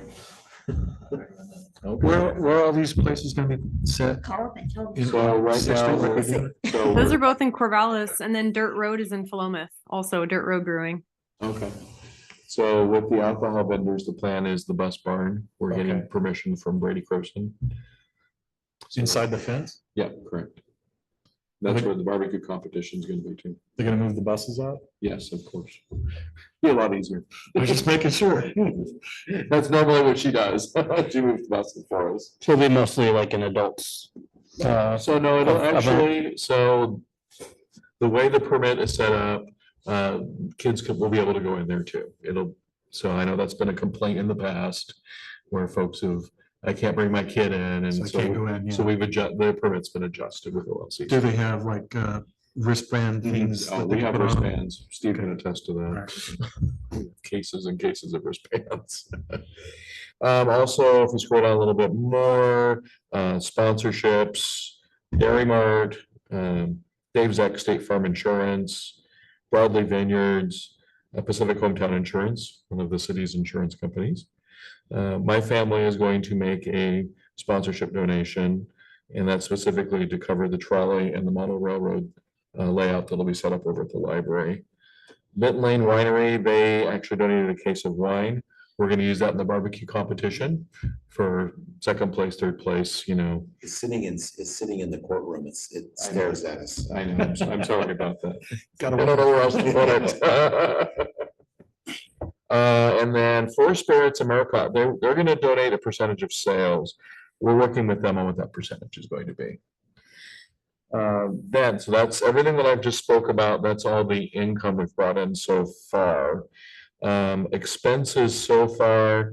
So unfortunately, we have a bounce house partial payment, I guess, prepayment. So unfortunately, the city's insurance company said that a bounce house, there's too much liability. There's a lot of risk around that. So we won't be having a bounce house. So, And I'll just add, for the first time ever, they gave us like a 50, I'm gonna say, I'm exaggerating, but it was close to 50 points checklist of things that we had to sign off on. Yeah. Which has never happened before, but they questioned everything. they had questions for me. They had questions for you. Yeah, and we were all involved answering questions. It was. Dunk tank, I don't know about that. Okay. It's the insurance company will probably have a problem with that too. I don't know. We can look into it. Rising Phoenix will have a DJ, so we'll have that. There's a dumpster fee there. Porta potties, of course. I mentioned the trolley and the model railroad. We'll have 2 MCs. And then Oregon Axe Company is on here. We are trying to get a hold of them. Well, we're trying to negotiate with them to have them bring out, they have like a trailer and the cage, and you throw the axe and have great fun. But we can't seem to get them to call us back and make a deal with us. So I don't know if we're going to have them or not. We're working on 2 it. days on this. Pardon me? 1 day. 1 day. It sounds like we got enough stuff in 2 days, really. Well, It'll be fun. it'll be fun. So at the very bottom is right now is the projected festival. Wow, I did a typo there. The festival budget, my apologies. So right now, if you include everything, let's see here. Total income so far is $5,690. Total expenses right now is $4,160. That leaves us with about $1,530 currently. I'm sure we're going to have a couple more expenses, so that will probably go down a little bit more. The goal is to at least break even on this event, so. Yeah, it sounds like it'll be a good promotion for the city anyway. I mean, Oh, absolutely. Fire department, is gonna do first aid thing again. I've been waiting for Chief Barnes to get back to me. I know, well, he has not gotten back to me. Okay, you do that. Yeah, 2 new trucks too. Okay. that he might want to keep. Show them off. If you want to help me with that, I'll tag team with you. Get that, Okay, and I know the sheriff, I invited him, he's all over it, so. And we do have a log truck cruise, so I had to submit the paperwork to the sheriff to have him sign off on it. And then I have to send the paperwork after that to ODOT to sign the permit. So that's in progress right now, so. And also a 60-page application. I don't like exaggerating, it's only 2 pages. So that is what pages. this is what we've Both got sides. for the festival at this point. I am also trying to keep the expenses down as much as possible. I've asked a former chamber board member that if we could borrow a big canopy from him. He said yes, which is awesome. So we'll have that. I'm also asking the Harrisburg Fire Department if we can borrow tables and chairs from them for maybe in exchange for like a donation. That would be cool. So I'm waiting for an answer on that too. So that's where we're kind of at. The barbecue competition, we right now unfortunately have no apps. So we are working on something to fix that. So that and volunteers. So I'm gonna push that. And I'm gonna be hitting you guys up to be trolley tour guides too, so. Yeah. Just wait. I refuse. You refuse. On the grounds that you will not let me add wood. You can add, wood, I don't care. Just teasing Give me you. the script and do whatever. I had any. So there you go. That is my report for you all. Satisfactory. All right. And we've already done old business. So look at this, we're over here in the second page here. I'm just gonna run through the events real quick here. They're on the agenda. May 18th, 2024. That's of course the festival that I just spoke about. July 20th is Christmas in July at Christmas Junction. September 14th is going to be our 4th annual First Responders Appreciation Event. Senator Dick Anderson will be there. I've already asked him and he's all over it. October 31st, well, of course, that's the Halloween Spectacular at City Hall. And then November and December, as we've done in the past, we will do our Monroe Community Food Drive. November 5th, Election Day. November 9th, tentatively, I need to confirm if that's when the Alpine Holiday Festival will be. And then the month of December, this would be the second annual Monroe Community Toy Drive. It was very, very successful last year. Awesome. It was incredible. I couldn't believe how successful it was. And then December 14th, this is tentative also, holiday happenings and the Monroe Light Parade. So those are, and then, yeah, those are basically the highlights for the rest of the year. I'm sure we'll probably have a couple more to add as we go. So those are the events so far. I'm going to move on to committee reports. I'm going to start with budget. We've got the meeting tomorrow night. It'll be here, 6 p.m. in Irving Square. Economic Development, we had to reschedule our meeting. Darren Nichols was going to be at our last meeting, but he had a family emergency and he had to go out of state. So we rescheduled that meeting for May 16th. Finance and Personnel. I know Councilor Lindner's on. I believe our next meeting is actually the 24th, which is Wednesday of this week. Yep. Ordinance, I've got June 12th down at 6 p.m. Parks, we're working on that. Public Works, May 15th. And then, of course, our next work session, City Council work session is May 13th. So I ran through all that really fast. My apologies. But it's getting late. Do any of the councilors have any comments? Anything you guys want to share? I'm sorry, can you repeat what was the May 13th one? That's our work session. A which session? Work session? Work session. Work session. Okay. Am I slurring? I'm sorry. No, that's okay. I mean, I don't know what it is. It's okay. My sister is going to be in town from Austin and I might meet that or miss that one because I see her like once every 5 years. And I don't think she wants to, well, She we'll might come see. to a Maybe I work can drag her session? to a work session. We'll stay in touch. Don't worry about it. If you can't make it, Okay. it's fine. Don't. Thanks. Okay. Got it. Okay. Any other comments from the councilors? No. Nope.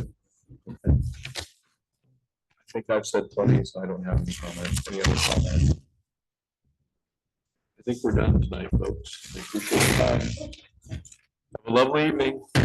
Good night. Good night.